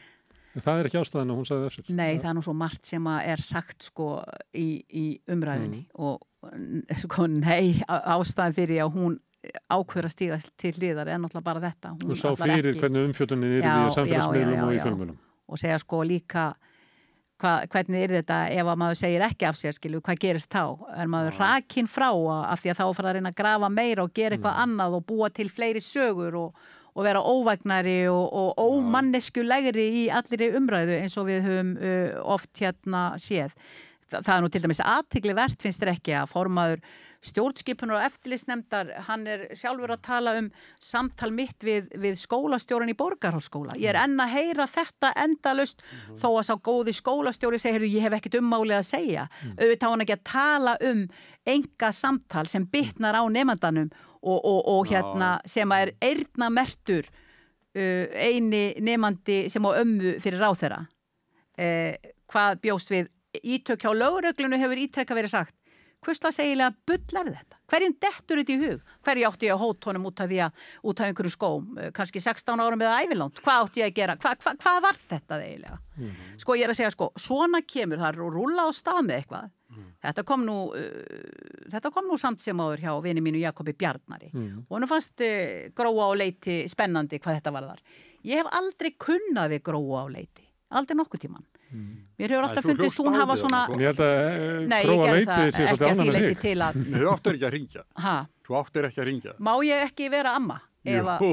Má ég ekki hjálpa drengum Þú fórna náttúrulega ímsum með að vera ráðherra. Má ég ekki gera það en ég skal alveg viðurkenna það að ég verða að afinga mig svolítið og ég ger mig grein fyrir því. Það er svona ákveðin hvatvísi sem ég verða að stilla mig en hafa einhvern tíman fjölmiðli að vera að skoða það hvort að þessi ágæti skólastjóri braut trúnað gagnvart nemandanum og hvaða afleiðing það hefur að labba niður á kennarastofu og tjá sig yfir heilan hópa kennurum prívat samtal.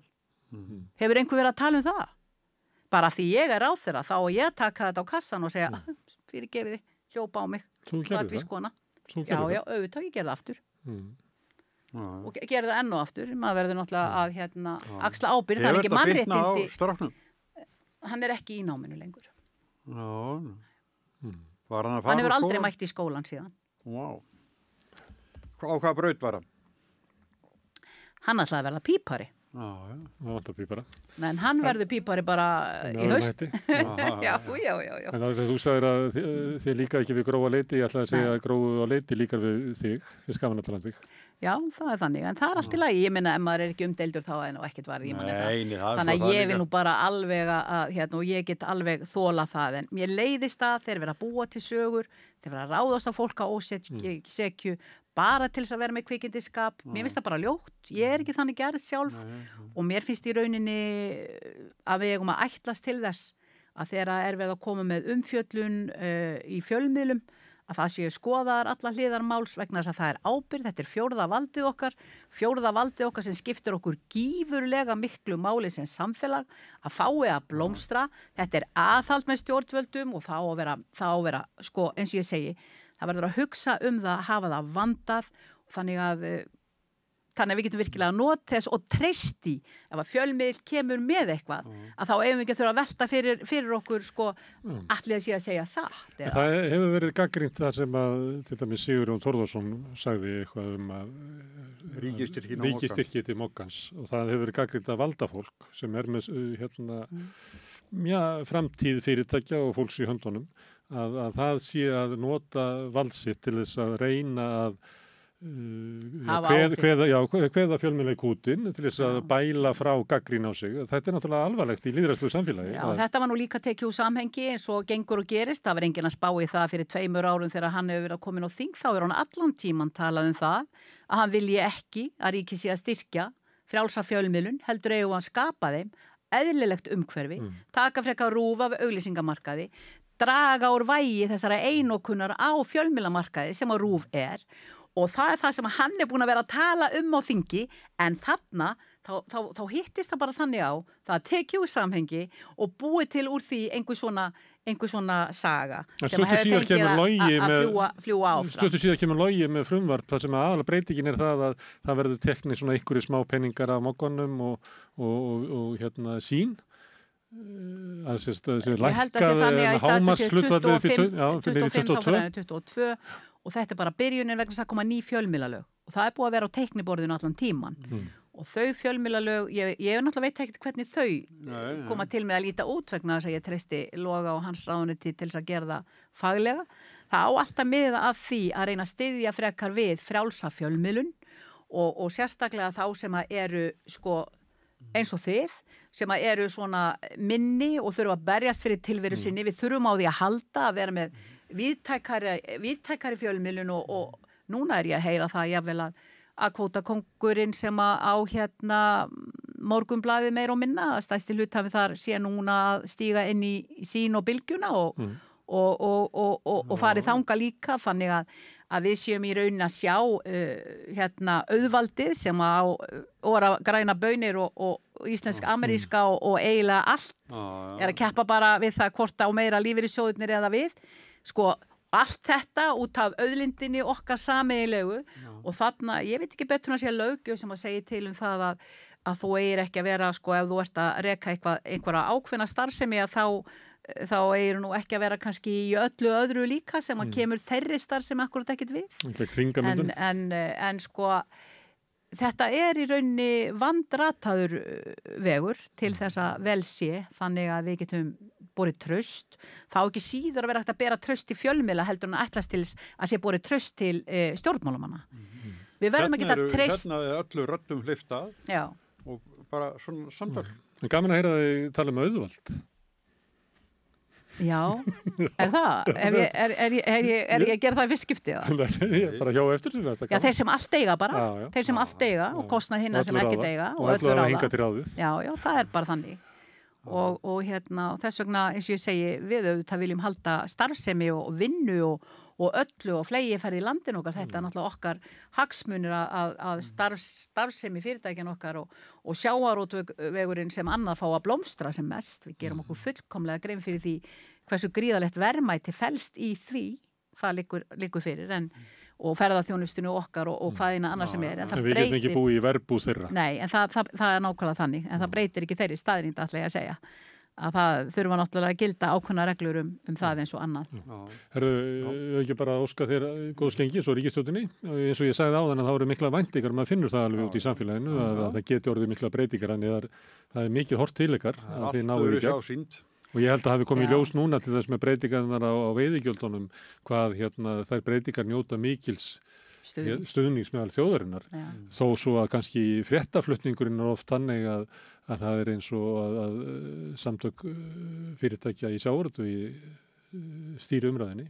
Þeir byrjuðu meira að stýra henni áður en að ráðherrann okkar atvinnuvega ráðherrann var búin að kynna málið og voru búin að koma með einhver træðslu áróðu strax og alls konar en við skulum átt okkur því það ýmislegt hægt að gera til að bregðast við þessum undirliggjandi furðu hótunum sem koma þarna frá þessum búðum.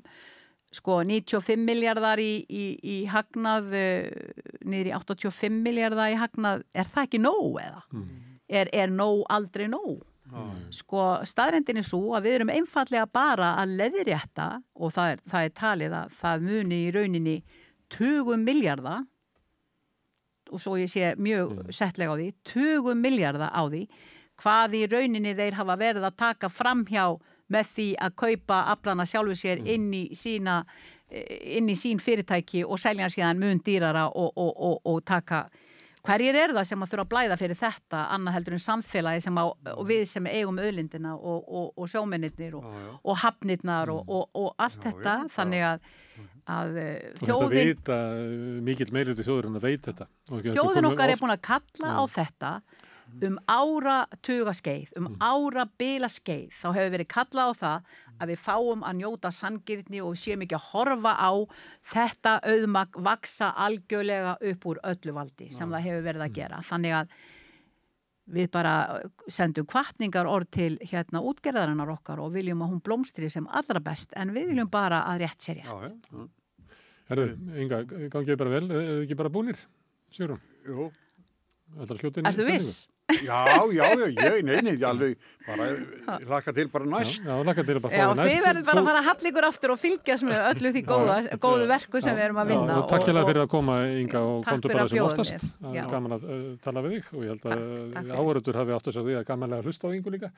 Ég ætla að enda þetta með því að bara þakka áhorfendum fyrir að staldra hérna við og breyta þessu samtali okkar í fjölmiðlun og minni á eins og ég geri oft að þið hafi byggt upp dreifikerfi bara með að segja vinum og vandamönnum frá efni sem þið hafi séð hérna að mig finna það á Facebook og YouTube í öllum hlaðarsveitum bæði undir nafni Samstöðurinnar og einstakra þátta. Sýnir Egils og Rauðaborðið og fleiri eru með þeir getið sótt á sérstaklega inn á hlaðarsveitur.